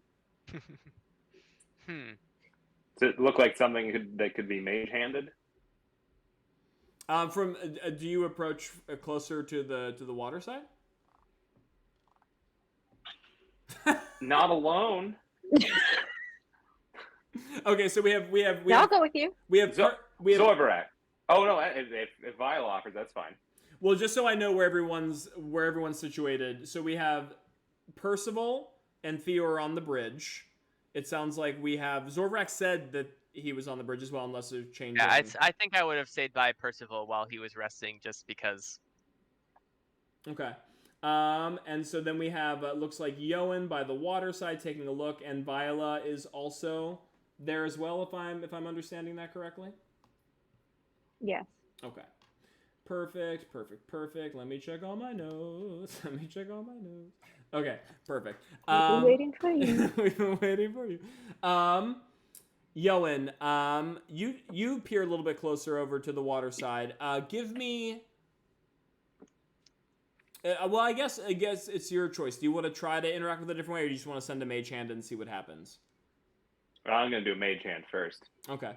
How big is it? Do we know? Like, just. I mean, based on, like, it's underneath the perception, is it, surface of the water, so don't it's know. kind of hard to Okay. tell. But it's yeah. So from a good 30 feet away, if possible, Mm-hmm. as much as possible, Yoan's going to summon his little, unfortunately fiendish mage hand into existence, muttering as always, "I'm not supposed to," and attempt to interact with this object, to lift this object out of the water, let's say. Okay. How heavy can you move things when you're mage handing? I believe it is 5 pounds. Let me look. But 10 Sounds pounds. Familiar. 10 pounds. Yoan, your fiendish mage hand sort of picturing the submarine. No, it's definitely not a submarine in terms of size. Your clawed red mage hand dips under the surface of the water and tries to pry its sharpened fingernails onto this metal object and yanks. And there is a great amount of weight behind it. Far too much for the 5-pound weight limitation that your mage hand would require to dig that up. 10 pounds. 10 pounds, sorry, yeah. Does it fall under the 10-pound limitation? It does not, no. No, it doesn't. Well, whatever it is, it's heavy. More than, I'd say about 10 pounds or so. I think if we want to get it out of there, it's going to have to take a little more effort than that. Do you want me to try? I yelled down from the bridge. I almost want you to throw something at it first out of an abundance of caution, but if you'd like to try, I'm not going to stop you. Let's see, do I have anything to throw that I am willing to give up? I have this hammer. It's a lovely hammer, Zorvarak. Thank you. Give it a throw. I wind up real hard and I give Real it a hard. throw at the metal. I'll let you do a ranged, strength attack. I would say Okay. I don't think hammers are supposed to fight underwater, so I believe that would be disadvantage once it hits the surface of the water. But you are welcome to try. Okay, so just like an attack with my strength modifier. Yeah. Okay. Oh, that's a 22. Whoa. 19, baby. You. Oh wait, but disadvantage you said. 'cause Oh of water. yeah. Sorry. Water. Before I know. Oh it. man. Oh, that's only an 11. Yes, you can see, like, Zorvrax, your muscles bulge as you hold that hammer high, and, like, every ounce of you is ready to crack into whatever this thing is, and you swing it down, it cuts through the air, but as soon as it hits the water, like, half of the force is instantly dissipated, because this is, like, a heavy, round object, like, hitting the water. Completely sort of skips off track. Kara said, you had us in the first half, not gonna lie. You see the hammer. Well, you don't see it. It kind of disappears under the surface of the water, but you almost can hear, and you see like a resounding thunk as it like embeds itself into the mud, and you see like the ripple effect sort of splash up. But the metallic object, after like it hits the surface, does not budge, does not move. Aw, So liked that hammer. not to be dark, y'all, but what if it's a body?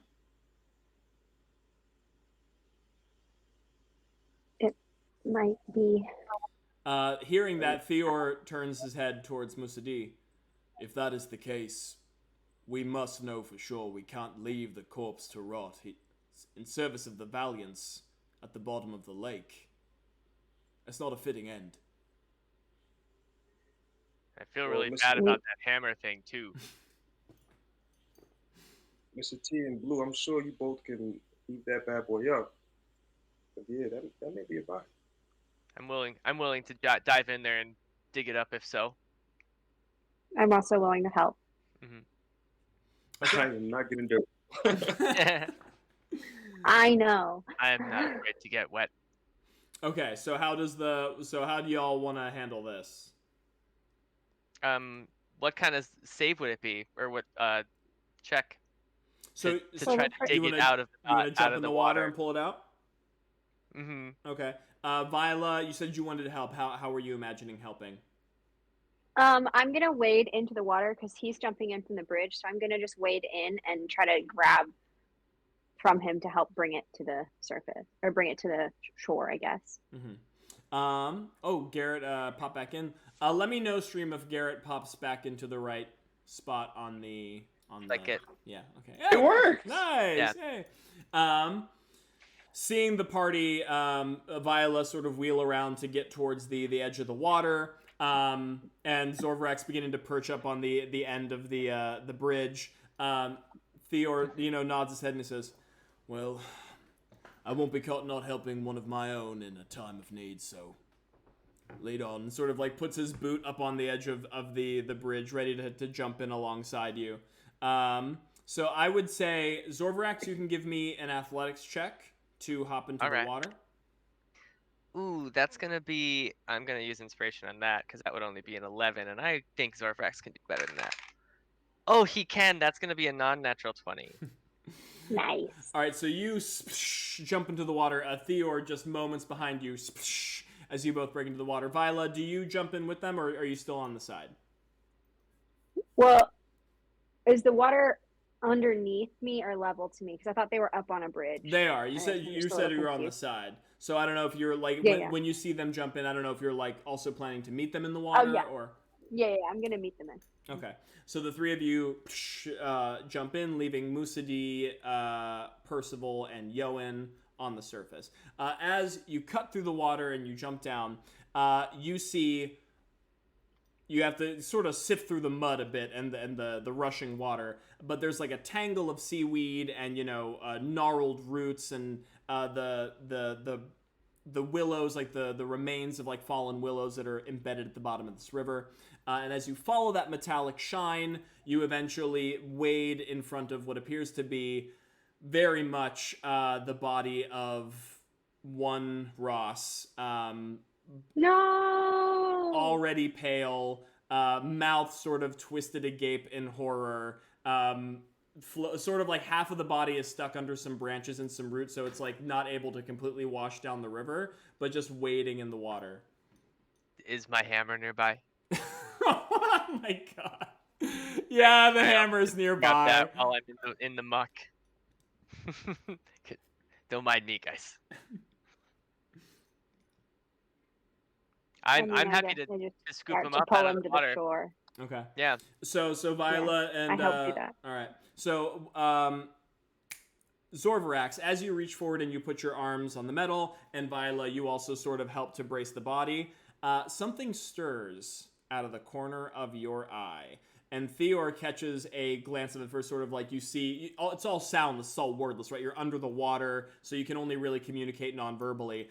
Takes a look to the side, and his eyes go wide. And before you have a moment to react, what appear to be two long tendrils, gnarled like sort of green vine-like tendrils, slink their way out of a large collection of seaweed and like kelp that has been growing on the edge of the river, and they attempt to wrap themselves around your armor. So I'm going to do 2 attack rolls right here for one moment. Zorvarax, I'm very sorry. Zorvarax, I rolled a natural 20 on you. Can I use my inspiration against you and like make a disadvantage roll? Actually, I don't know. I can you do that? I'm Pretty sure you can't do Okay. that with it. But that would be kind of broken if you. You can do it with a lucky feat. Oh, that's right. You can do it with lucky. And then Viola. Everyone take lucky. We're all taking. Viola, that was a 14 to your AC total. That is a miss. Okay.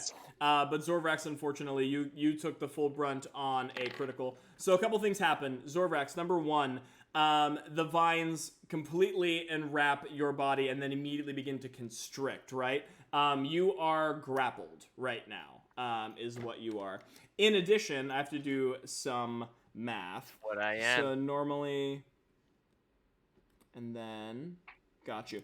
So normally, as you feel the pain begin to squeeze at your scales, you can feel as though whatever this thing is pulling you, but with more purpose than savagery. You feel like it could have definitely hit you harder if it chose to, but it is restraining itself. You only suffer 5 points of damage.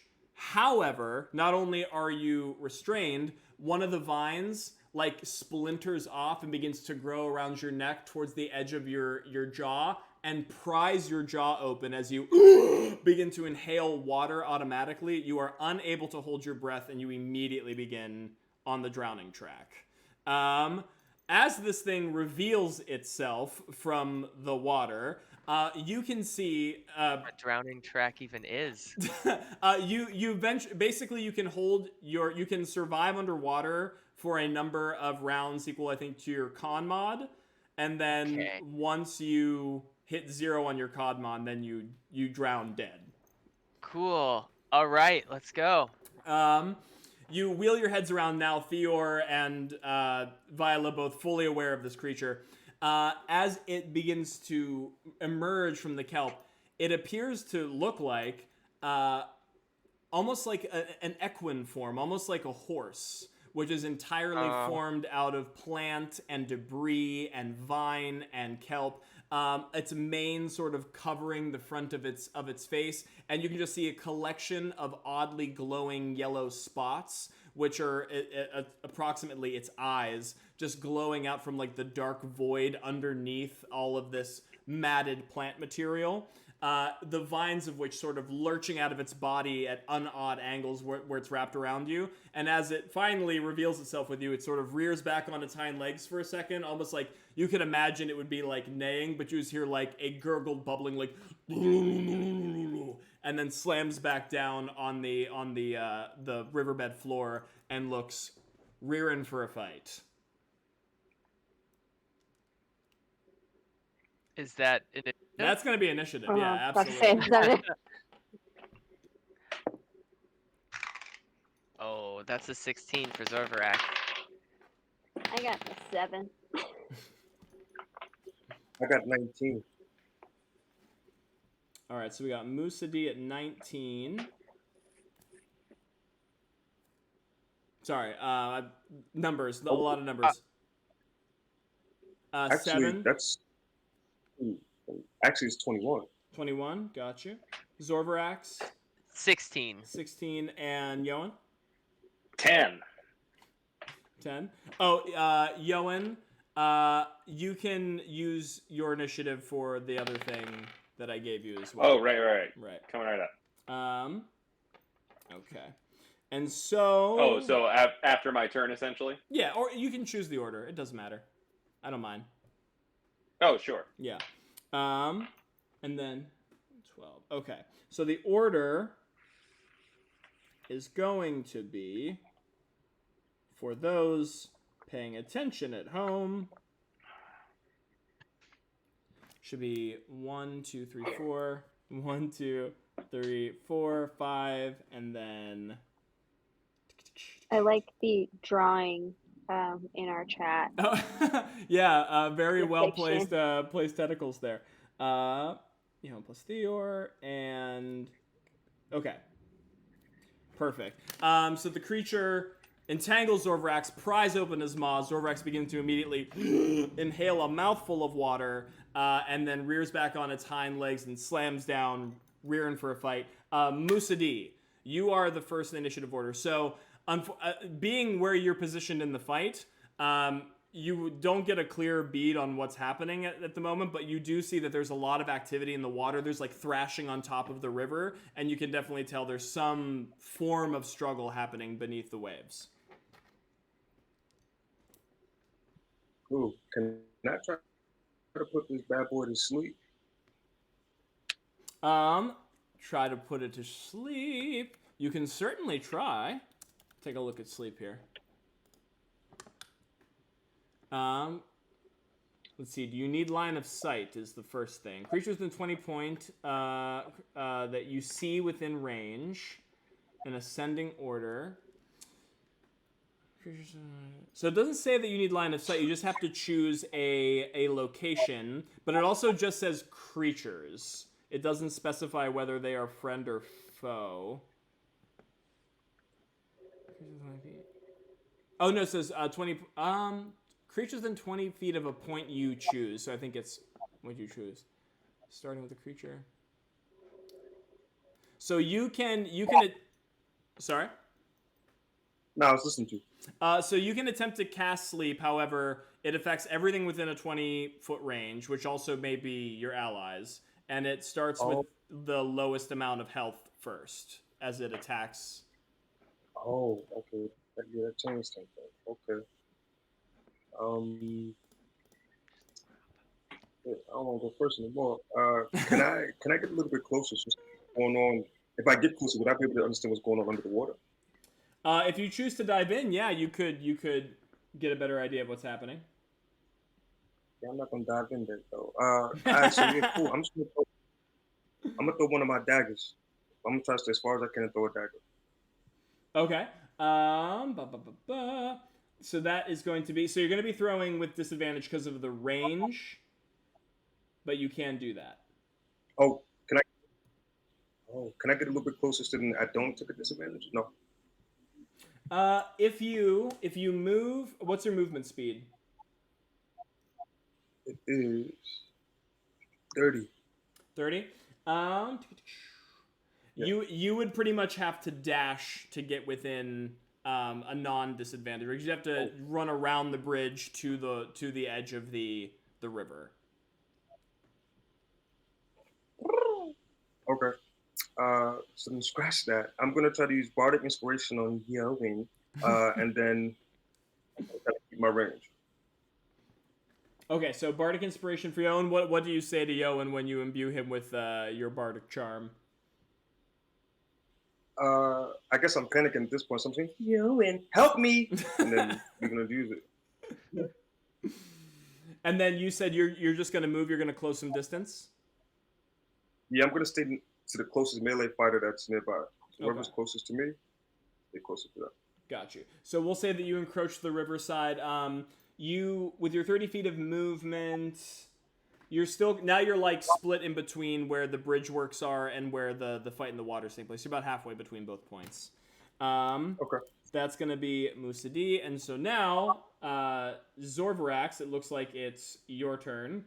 Drowning rules at the start of its next turn.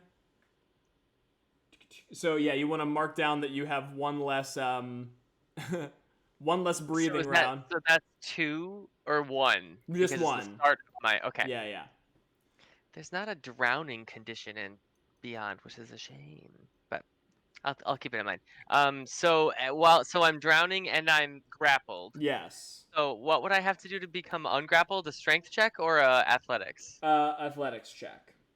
I'm going to. Well, actually, could I use my breath weapon underwater? My breath attack. Yeah, you could.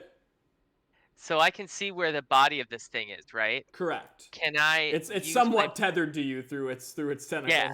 So can I use my breath weapon to try to like get its main body along with the tentacle that's grappling me in the like, cone?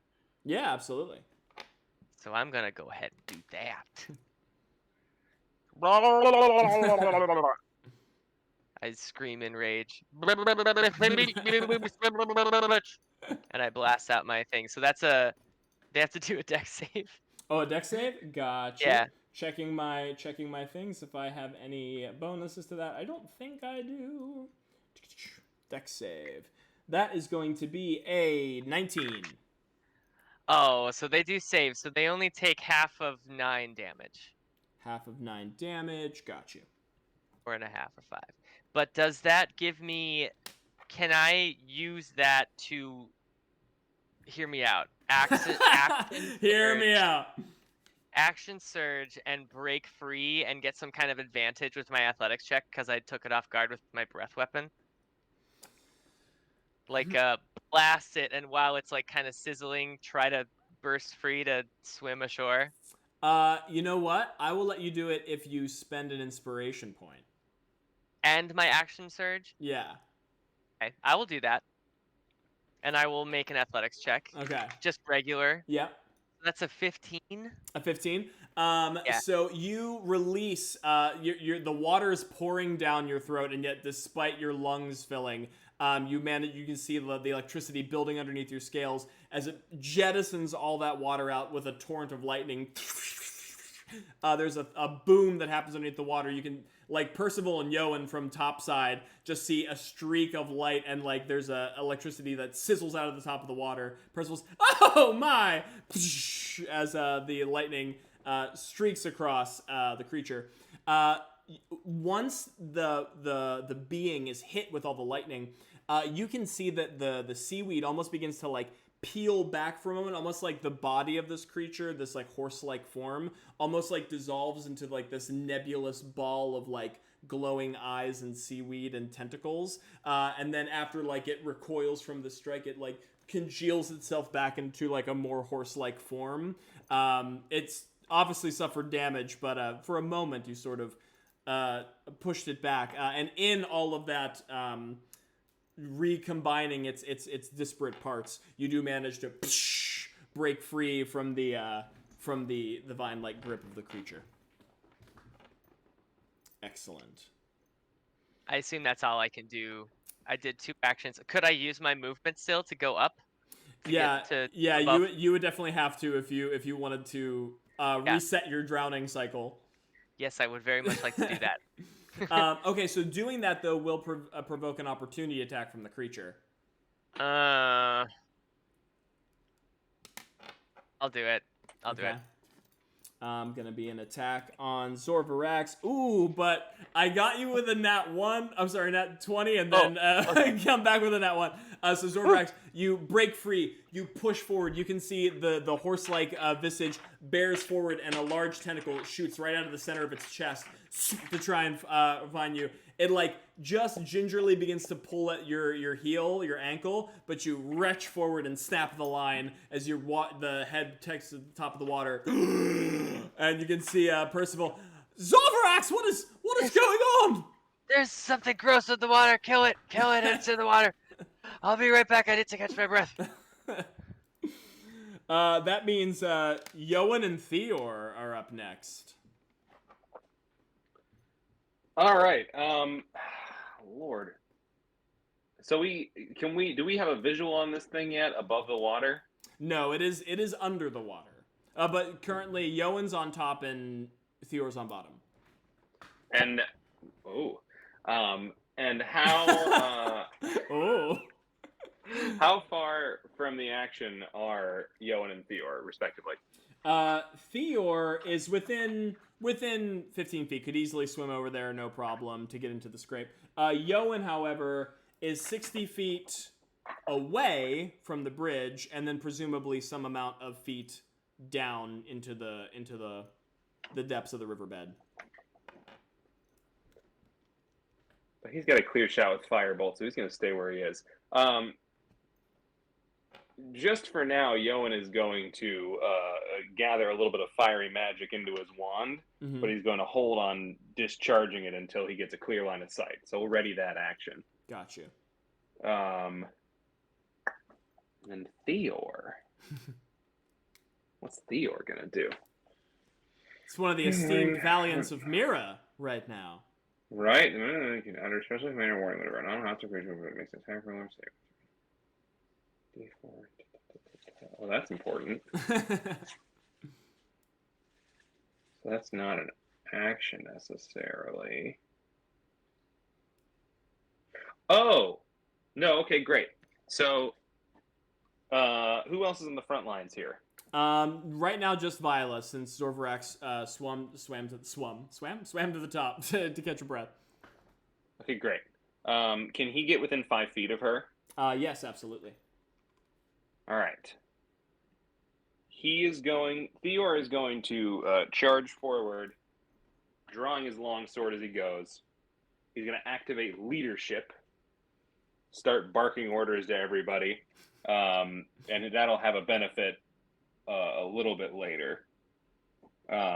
You can see, Violet, since you're under the water, Theor brandishes his blade and, like, with fiery determination in his eyes, like, gives these, like, hand signals, like, and you're feeling suddenly bolstered by the valiance of one of the most notable Valiants in Myrrah. I think that's all he's going to do. That's movement, that's action, and that activates a couple of his passive things. Okay. So we'll leave it there. Okay. So Yoan and Theor just went. As we're leading into Percival's turn, the creature is going to interrupt with a legendary action. Already? My yeah, God. you know. I can never give you guys a rest, really.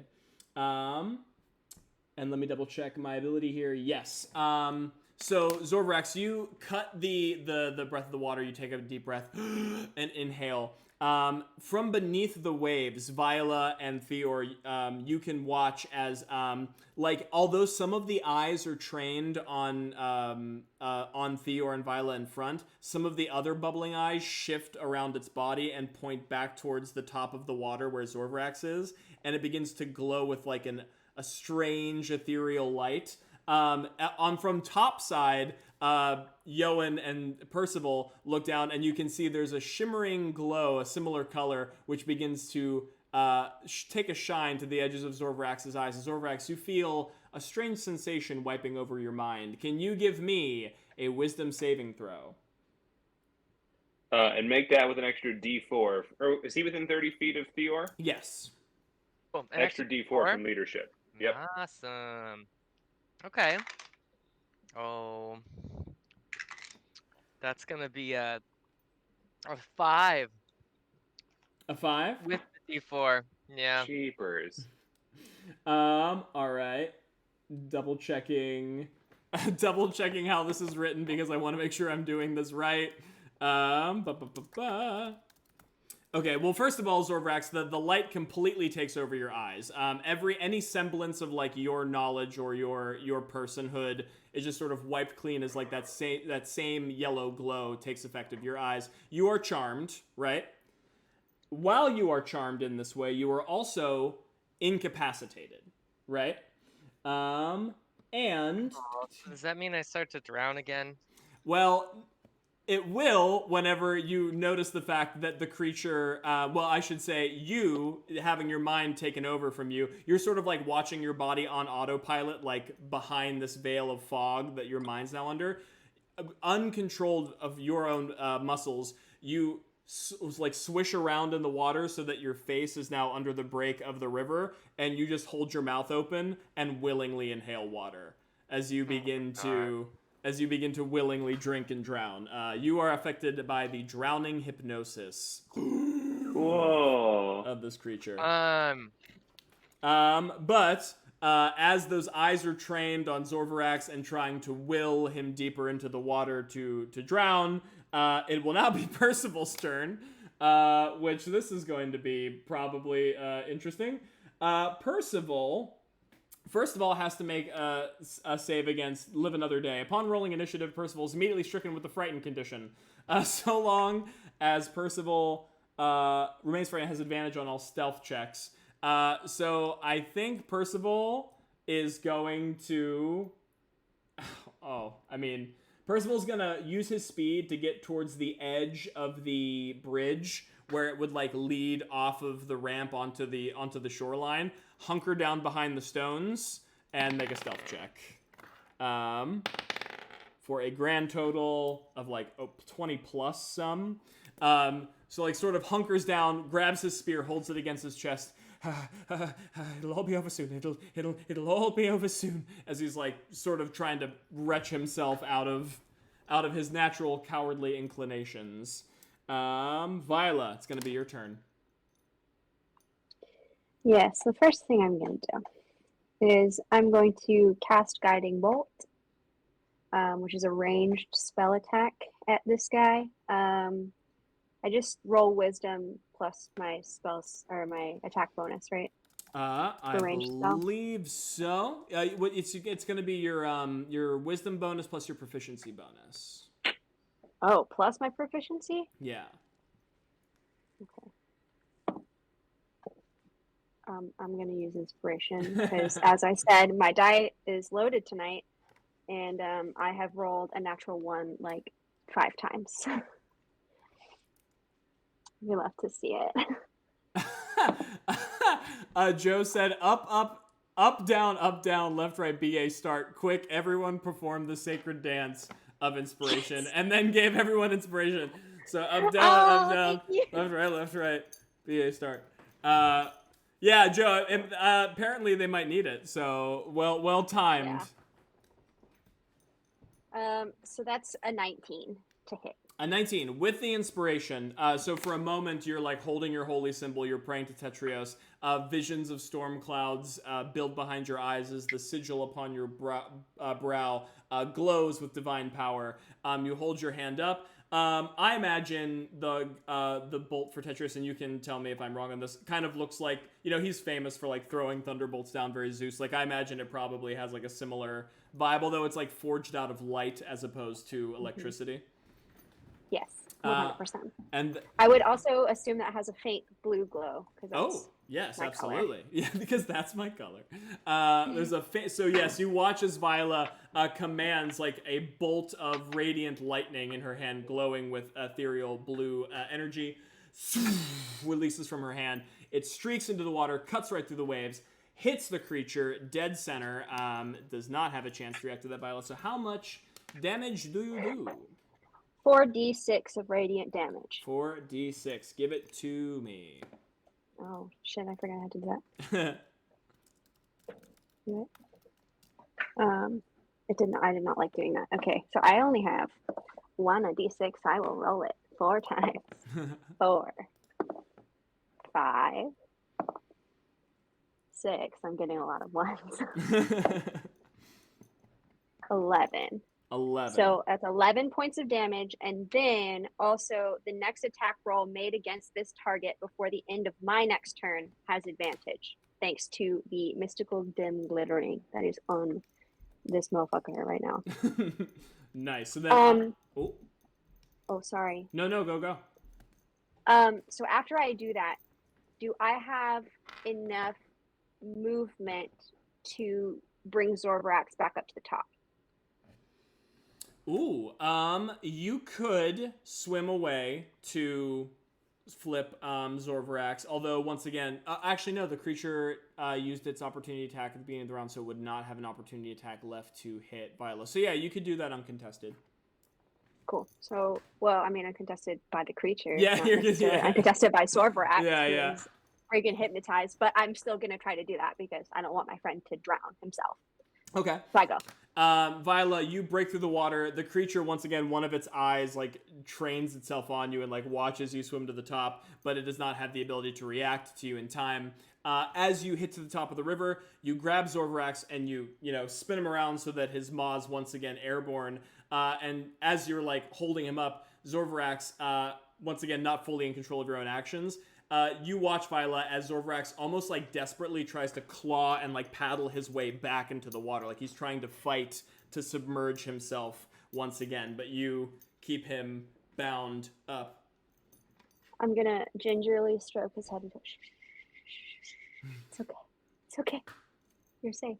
And I'm gonna yell up to the guys in the like ground or the bridge, and we're like, I think we do need you down here, though. Like, I really do appreciate you guys keeping it safe up there, but I really do think your help would be best used down in the water.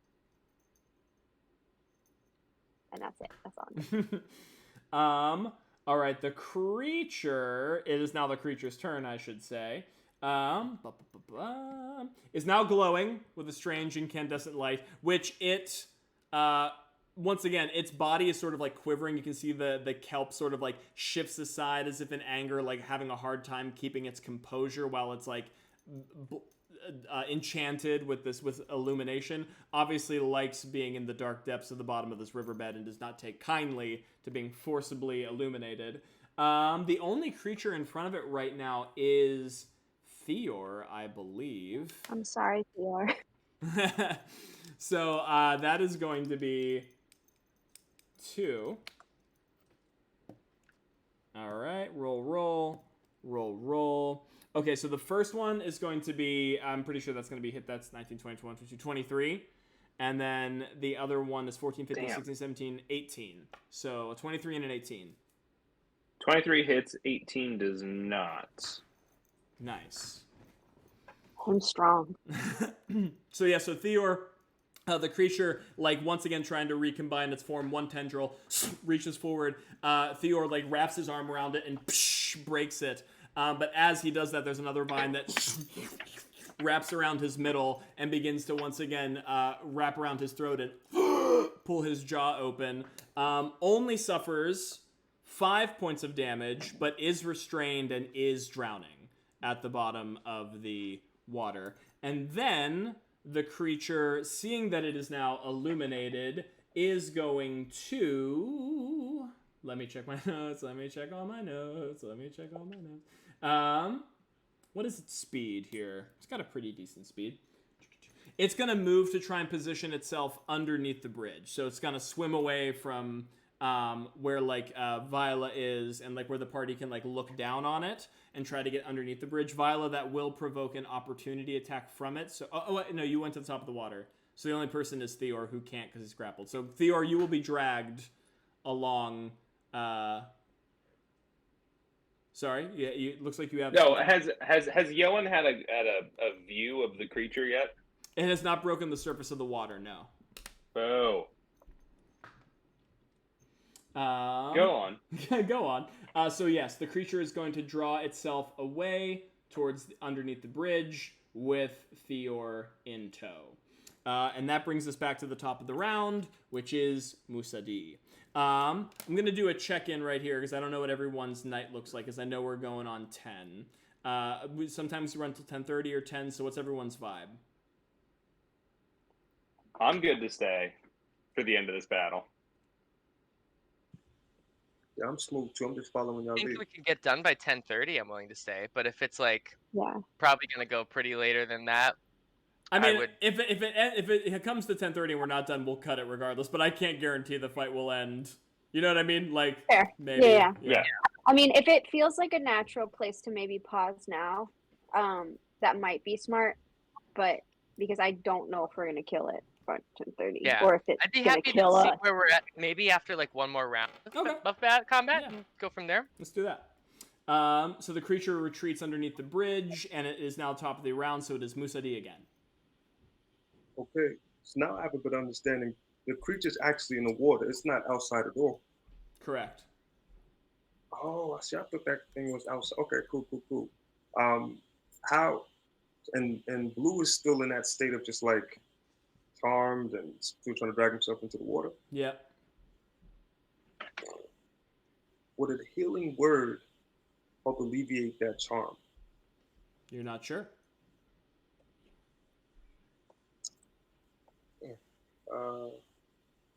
And how close am I now to? In my positioning, am I like again? Am I still up above? Can I Yeah. slide down, get closer? You're on the edge of the riverbank, so you are now only 30 feet away from where you saw the shadow lurk underneath the bridge, but you would still have to go into the water and underneath the bridge to face it. So,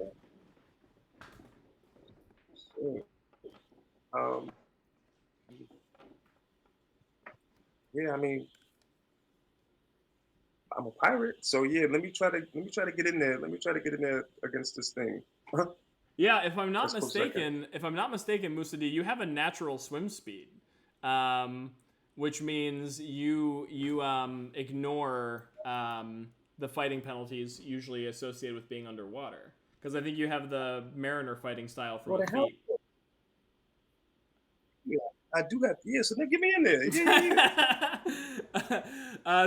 You see Musadi with sort of a trained swimmer's precision takes a diving leap into the water, cuts through the waves.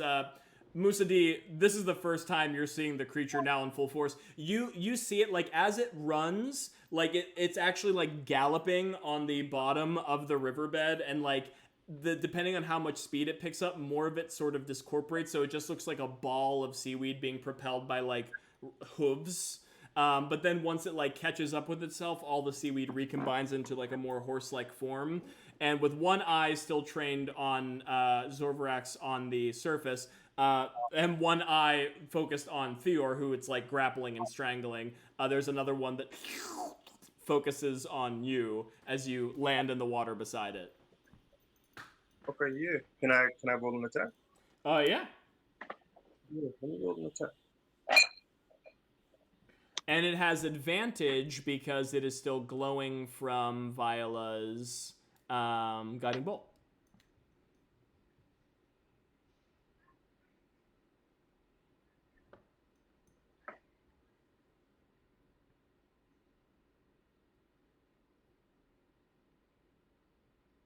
So I rolled a 14 plus 4, so that should be 18. That's a hit. Yeah, cool. 1d8 plus 2. Mm-hmm.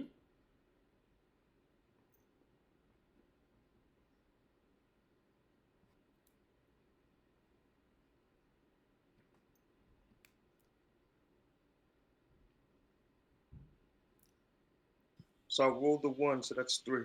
3 damage, got you. Musadi, you take your saber and, well accustomed to fighting underwater, you cut right through the water, through the coursing flow around you. You cut like a chunk of a leaf off of the creature's body, but it is at most superficial damage. The creature does not look that deterred by your strike. But you've moved into position, you've attacked. You want to do anything else while you're here? Yeah, I think that's it for now. I think I'm just gonna wait. All right, moving into Zorvarax's turn. Legendary action, because why not? The creature has him, might as well use him. As you take that cut off of that leaf, Musadi, you see the creature, like one of the eyes looks at where your saber was as another one focuses back on you, and another lurch of tentacles wrenches out of its body and attempts to wrap themselves around you. That is going to be a 19, 20, 20, 23 to hit. Yeah, that hit. Once again, wraps around you. You are grappled and does reduced damage so that it can pry one of those vines underneath your jaw. Pries it open as you suffer 5 points of damage and you begin drowning. He doesn't happen to be next to Theor, does he? He does. Oh, can you make that a disadvantage? Because Theor is going to use a little reaction to impose it. Yes. I actually rolled twice anyway, so the other one was... So the other one would still be an 18, though. Nah. We tried. Yeah, you can see Musadi, Theor bravely, sort of raises his sword and his shield arm and tries to, push it in the way of the tentacle. But he himself is also drowning. You can see the bubbles escaping his lips. So it's more like a wild thrash, and it just goes wide in too less of time, and you still get wrapped up. Zorvrax, though, it is now your turn, which means you're above the water, so you are not drowning. However, you are charmed, and you're incapacitated, so you can't take any actions other than... So give me... so Viola and Zorvrax, give me contested athletics checks to see if Zorvrax puts his face back into the water. I'm sorry. Well, what is that? I'm good at Can that. 15. Oh, I got a 21. Nice. Musa, Yeah, I'm better at that, though. Musadi had a question? Yeah, can I use I have this thing called Lucky, and I can use it against when you try to hit me, I can use Lucky. Yeah, you can't. I would say you can't do it now just because we've moved into the next turn, but you can do it for future turns. Yes. Yes, Zorvrax, compelled by this creature's influence to try and drown yourself, you try to wrestle and dunk your head under the water as desperately as you can, trying to scoop mouthfuls of water into your maw. But Viola once again wrestles your cuirass up above the waves as you are choking out bit of the riverbed. I've got my hand underneath your armpit and round behind your neck, and I got the other one under your armpit, and I have your legs wrapped around. Nice. Gotcha. You're ready. Can I do anything to try to break the charm, or is that just outside of my control? I'll double check for you. Charm target. Yes, you can. And I will give you advantage on this because I don't believe I granted you this at the end of your last turn. So at the end of the turn, you can make a save. So I'll give you advantage on... End of the turn? On the end of your turn, yeah. Well, that's okay, because I got charmed after my turn. Oh, that's right. Yeah. So, yeah, you can do a regular... First time. So, yeah. So what kind of save again? Sorry. It is a wisdom saving throw.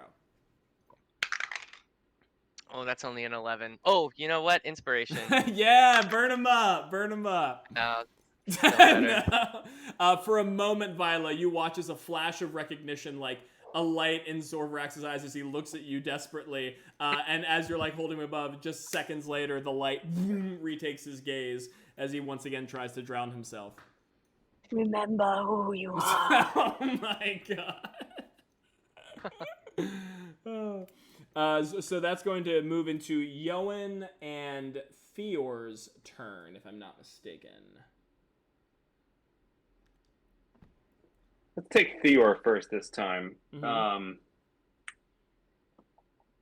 God, none of this is good. His to hits aren't great, so we're just gonna go ahead and try and break that grapple. Athletics, I assume. Yep. 17. 17. You definitely break the grapple. So once again, pushing and thrashing you, Theor breaks the line. Still, I'm assuming swallowing water in this moment. Now he is going to pull away from the creature. Going to be an opportunity attack. Mm-hmm. Let me roll it. Ooh, that's only going to be a 16 to hit, though. That doesn't hit. Gotcha. And he's going to break for the surface of the water to get some air. Slash as far away as he can with 30 feet of speed. Yes. Theor, I'm going to make a note here. Theor is on top, as well as Viola and Sorverax. Another tentacle lurches out in Theor's direction, but Theor places his shield staunchly in front and boom, sort of rackets against it, but uses that momentum of the hit to push himself further upward, and a moment later, takes a deep breath as he immediately whips around. Percival! Percival, where are you, lad? And you can just see, like, Percival, like, hearing his uncle now, like, eyes go wide, has no idea what to say, just holding his spear, like, I'm just, like, not sure what to do with himself, wanting to join the fray, but everything within him fighting against that very instinct. So that was Theor's turn. Then we have Yoan. And how far is Yoan away again? Well, Yoan is actually on top of the bridge and the creature's underneath the bridge. So at this point, you would be roughly 30 feet apart if there weren't like a big stone obstruction between you. There's not a goddamn thing he can do right now. And if he moved off the bridge, he wouldn't have a view. He'd have to go in the water to be able to see, right? You could still attack it from the shore, but depending on what you're doing, it's probably going to suffer some form of disadvantage. Well, it's It's glowing, so there's advantage on it until the end of my turn. Musadi already used that. Yeah. I'm just trying to remember the It says underwater thing. Oh, I have it written here, yeah. So creatures without a swimming speed make their melee attacks with disadvantage, unless there's certain weapons, dagger, javelin, short sword, all the stuff you could use underwater, right? That stuff you can use normally. Ranged attacks have disadvantage when used at their normal range, automatically miss at their long. And then for spells underwater, doesn't prevent spellcasting being underwater. That's all it really says. So it doesn't prevent you from casting spells or like using somatic components, even though you're under the water. But weapons that aren't designed and attacks that aren't designed to happen underwater would suffer disadvantage. Yoan is going to move to the shore. Okay. To get a shot at this thing. Okay. And then he's going to cast Firebolt. And he has the Elemental Adept feat, which means he ignores fire resistance, which is granted by water. Yes, that's true. So it should just be a straight roll. Wow, that's pretty cool. And you know what? Desperate times, let's call it with advantage. Burn that inspo. Okay, Firebolt. Let's see what we can do here. That is, it's not great, but it is 15 to hit. 15 to hit actually hits. Nice. It's a sneaky, slinky seaweed monster, but it's not doesn't have a lot of armor to its name. Fudge, yeah. 1d10, 7 fire damage. 7 fire damage. We love to see it. Perfect. And then that should be all for Yoan. Yoan, you conjure a mote of fire so strong that when you blast it into the river, y'all watch as it like practically boils its way, like boils a hole straight through the river until it can reach the surface of the creature, and then explodes with a fiery blast, beginning to singe and blacken the seaweed before the water can take over that space that was left by the vacuum of air. The creature releases another pained gurgle, but it is still in fighting shape. So you moved, you launched a firebolt. Is there anything else that you would like to do, Yoan? Nothing else I can do. All right. As the rounds are going, the creature is going to use its second legendary action to take the move action. And it currently has Musadi wrapped, I believe. So the creature is going to swim on the opposite side of the bridge where the rest of the party is not. So it's actually swimming like upstream away from the party, with Musa D in tow. And that was its legendary action, which brings us back to Percival. So Percival, clutching his spear, hearing his uncle, Percival, muster your strength. You're bringing shame to the Graham name. Come, fight with us. Percival's gonna make his attack, his roll versus fear. As like his knees knocking and shaking, finally like stands fully up on his heels, his spear in hand. Yes, you're right. What would my father say as my friends and my very uncle fought before me? What would he do? What would, as he like takes his spear and he like looks towards the edge of the water where like the creature is. Ah! And like cuts for a dead sprint, spins the spear up into the air and like jumps into the water with the spear readied. He's not gonna fail himself in front of his uncle while he invoked his father's name. He's gonna try his damnedest. Viola, I see your hand. Did you want to say something? Just react. Just react. He has a spear, which means he does not suffer disadvantage for this hit. So let's see how it lends itself to him.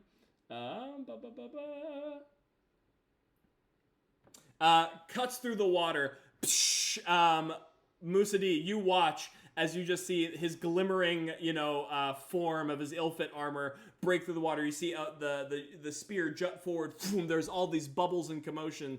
And like when it all parts and the froth clears and you can see clearly, his spear is about 2 feet wide as the creature just slowly like turns his head like and like trains its gaze on Percy, and immediately you can just see Percy's eyes widen, like just like bubbles begin to escape from his mouth. That is a wide miss from Percival, and he is now in the water with the beast. And that was Percival's turn. Viola. Can I still see it, like from where I am? You can see it. Is it 60 feet away from me?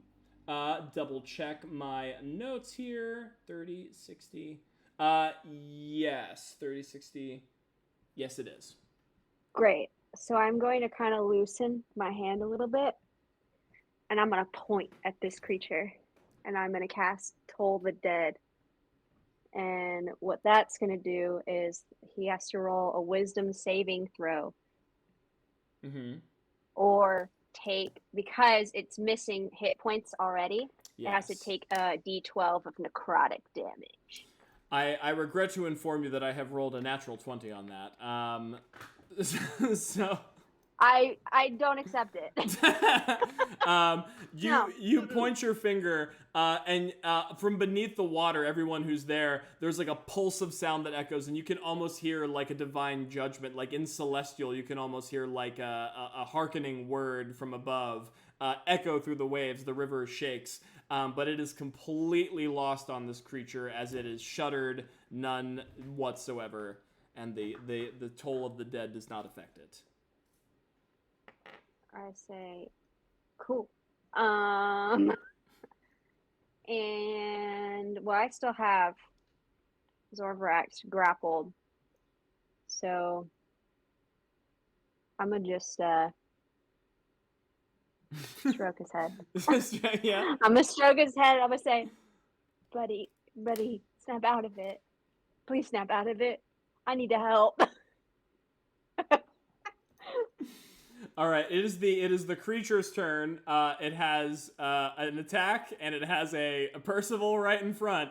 So it's gonna make that attack. Oh, but that was a pretty low roll. Oh, but that one wasn't too bad. Double check. That's gonna be. I can do math.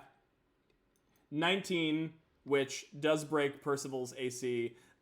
Percival is once again, well, I shouldn't say once again, but the party is once again hit by the vines, wrapped around, takes 5 points of damage, and then once again, pries open his mouth as more water begins to pour into his throat.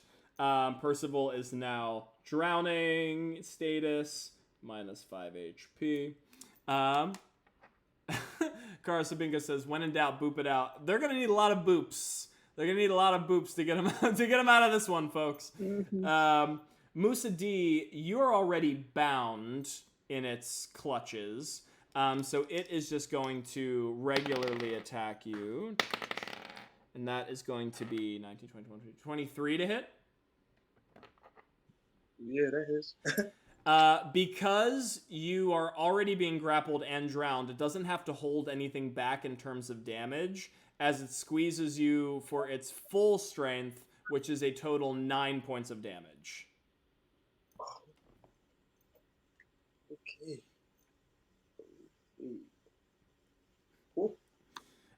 It then, with Percy and Musadi in tow, continues to swim further downstream, away from the party, and as a bonus action, will use Cunning Action.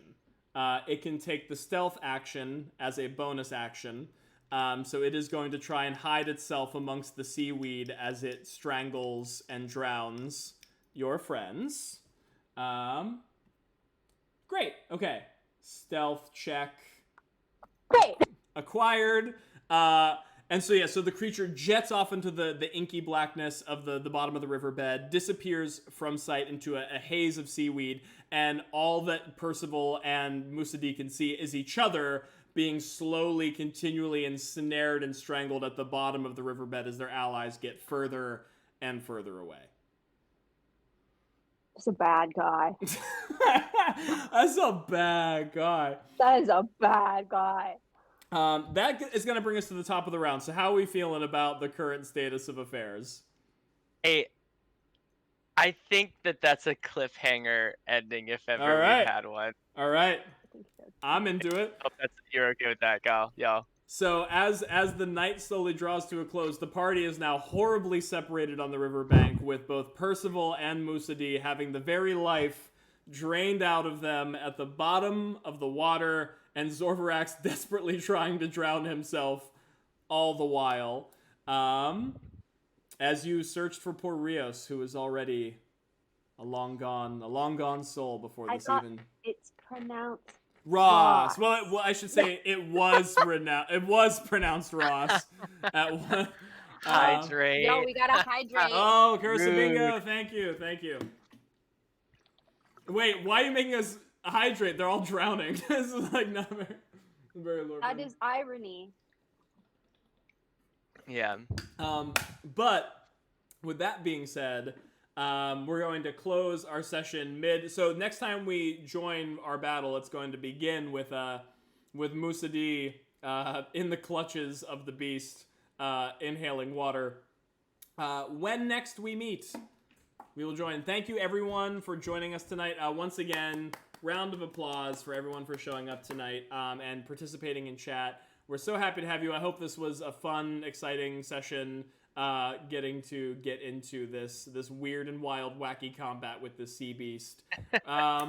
Please, if you haven't already, follow the channel if you're sticking around. We just broke our goal of 90 followers, so we would love to increase that number, especially if you enjoyed what you saw. And there's plenty more to see, because the characters are only level 2, unless everybody dies next session, because they're all choked to death by a horrible monster. Also, follow us on all the other things, YouTube channel, especially if you want to keep up with the old episodes, and the Discord to keep up with announcements. And I think that's all I have to say. My wonderful, beautiful, dying party, do you have anything to say to our friends? I hope we don't die, and I hope you're here to find out that we don't. Yeah.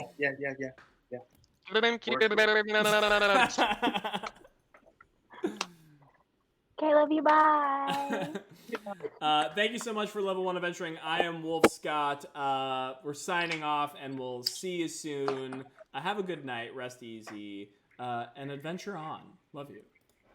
Salutes Bye, all. friends. Yeah, peace out. Bye.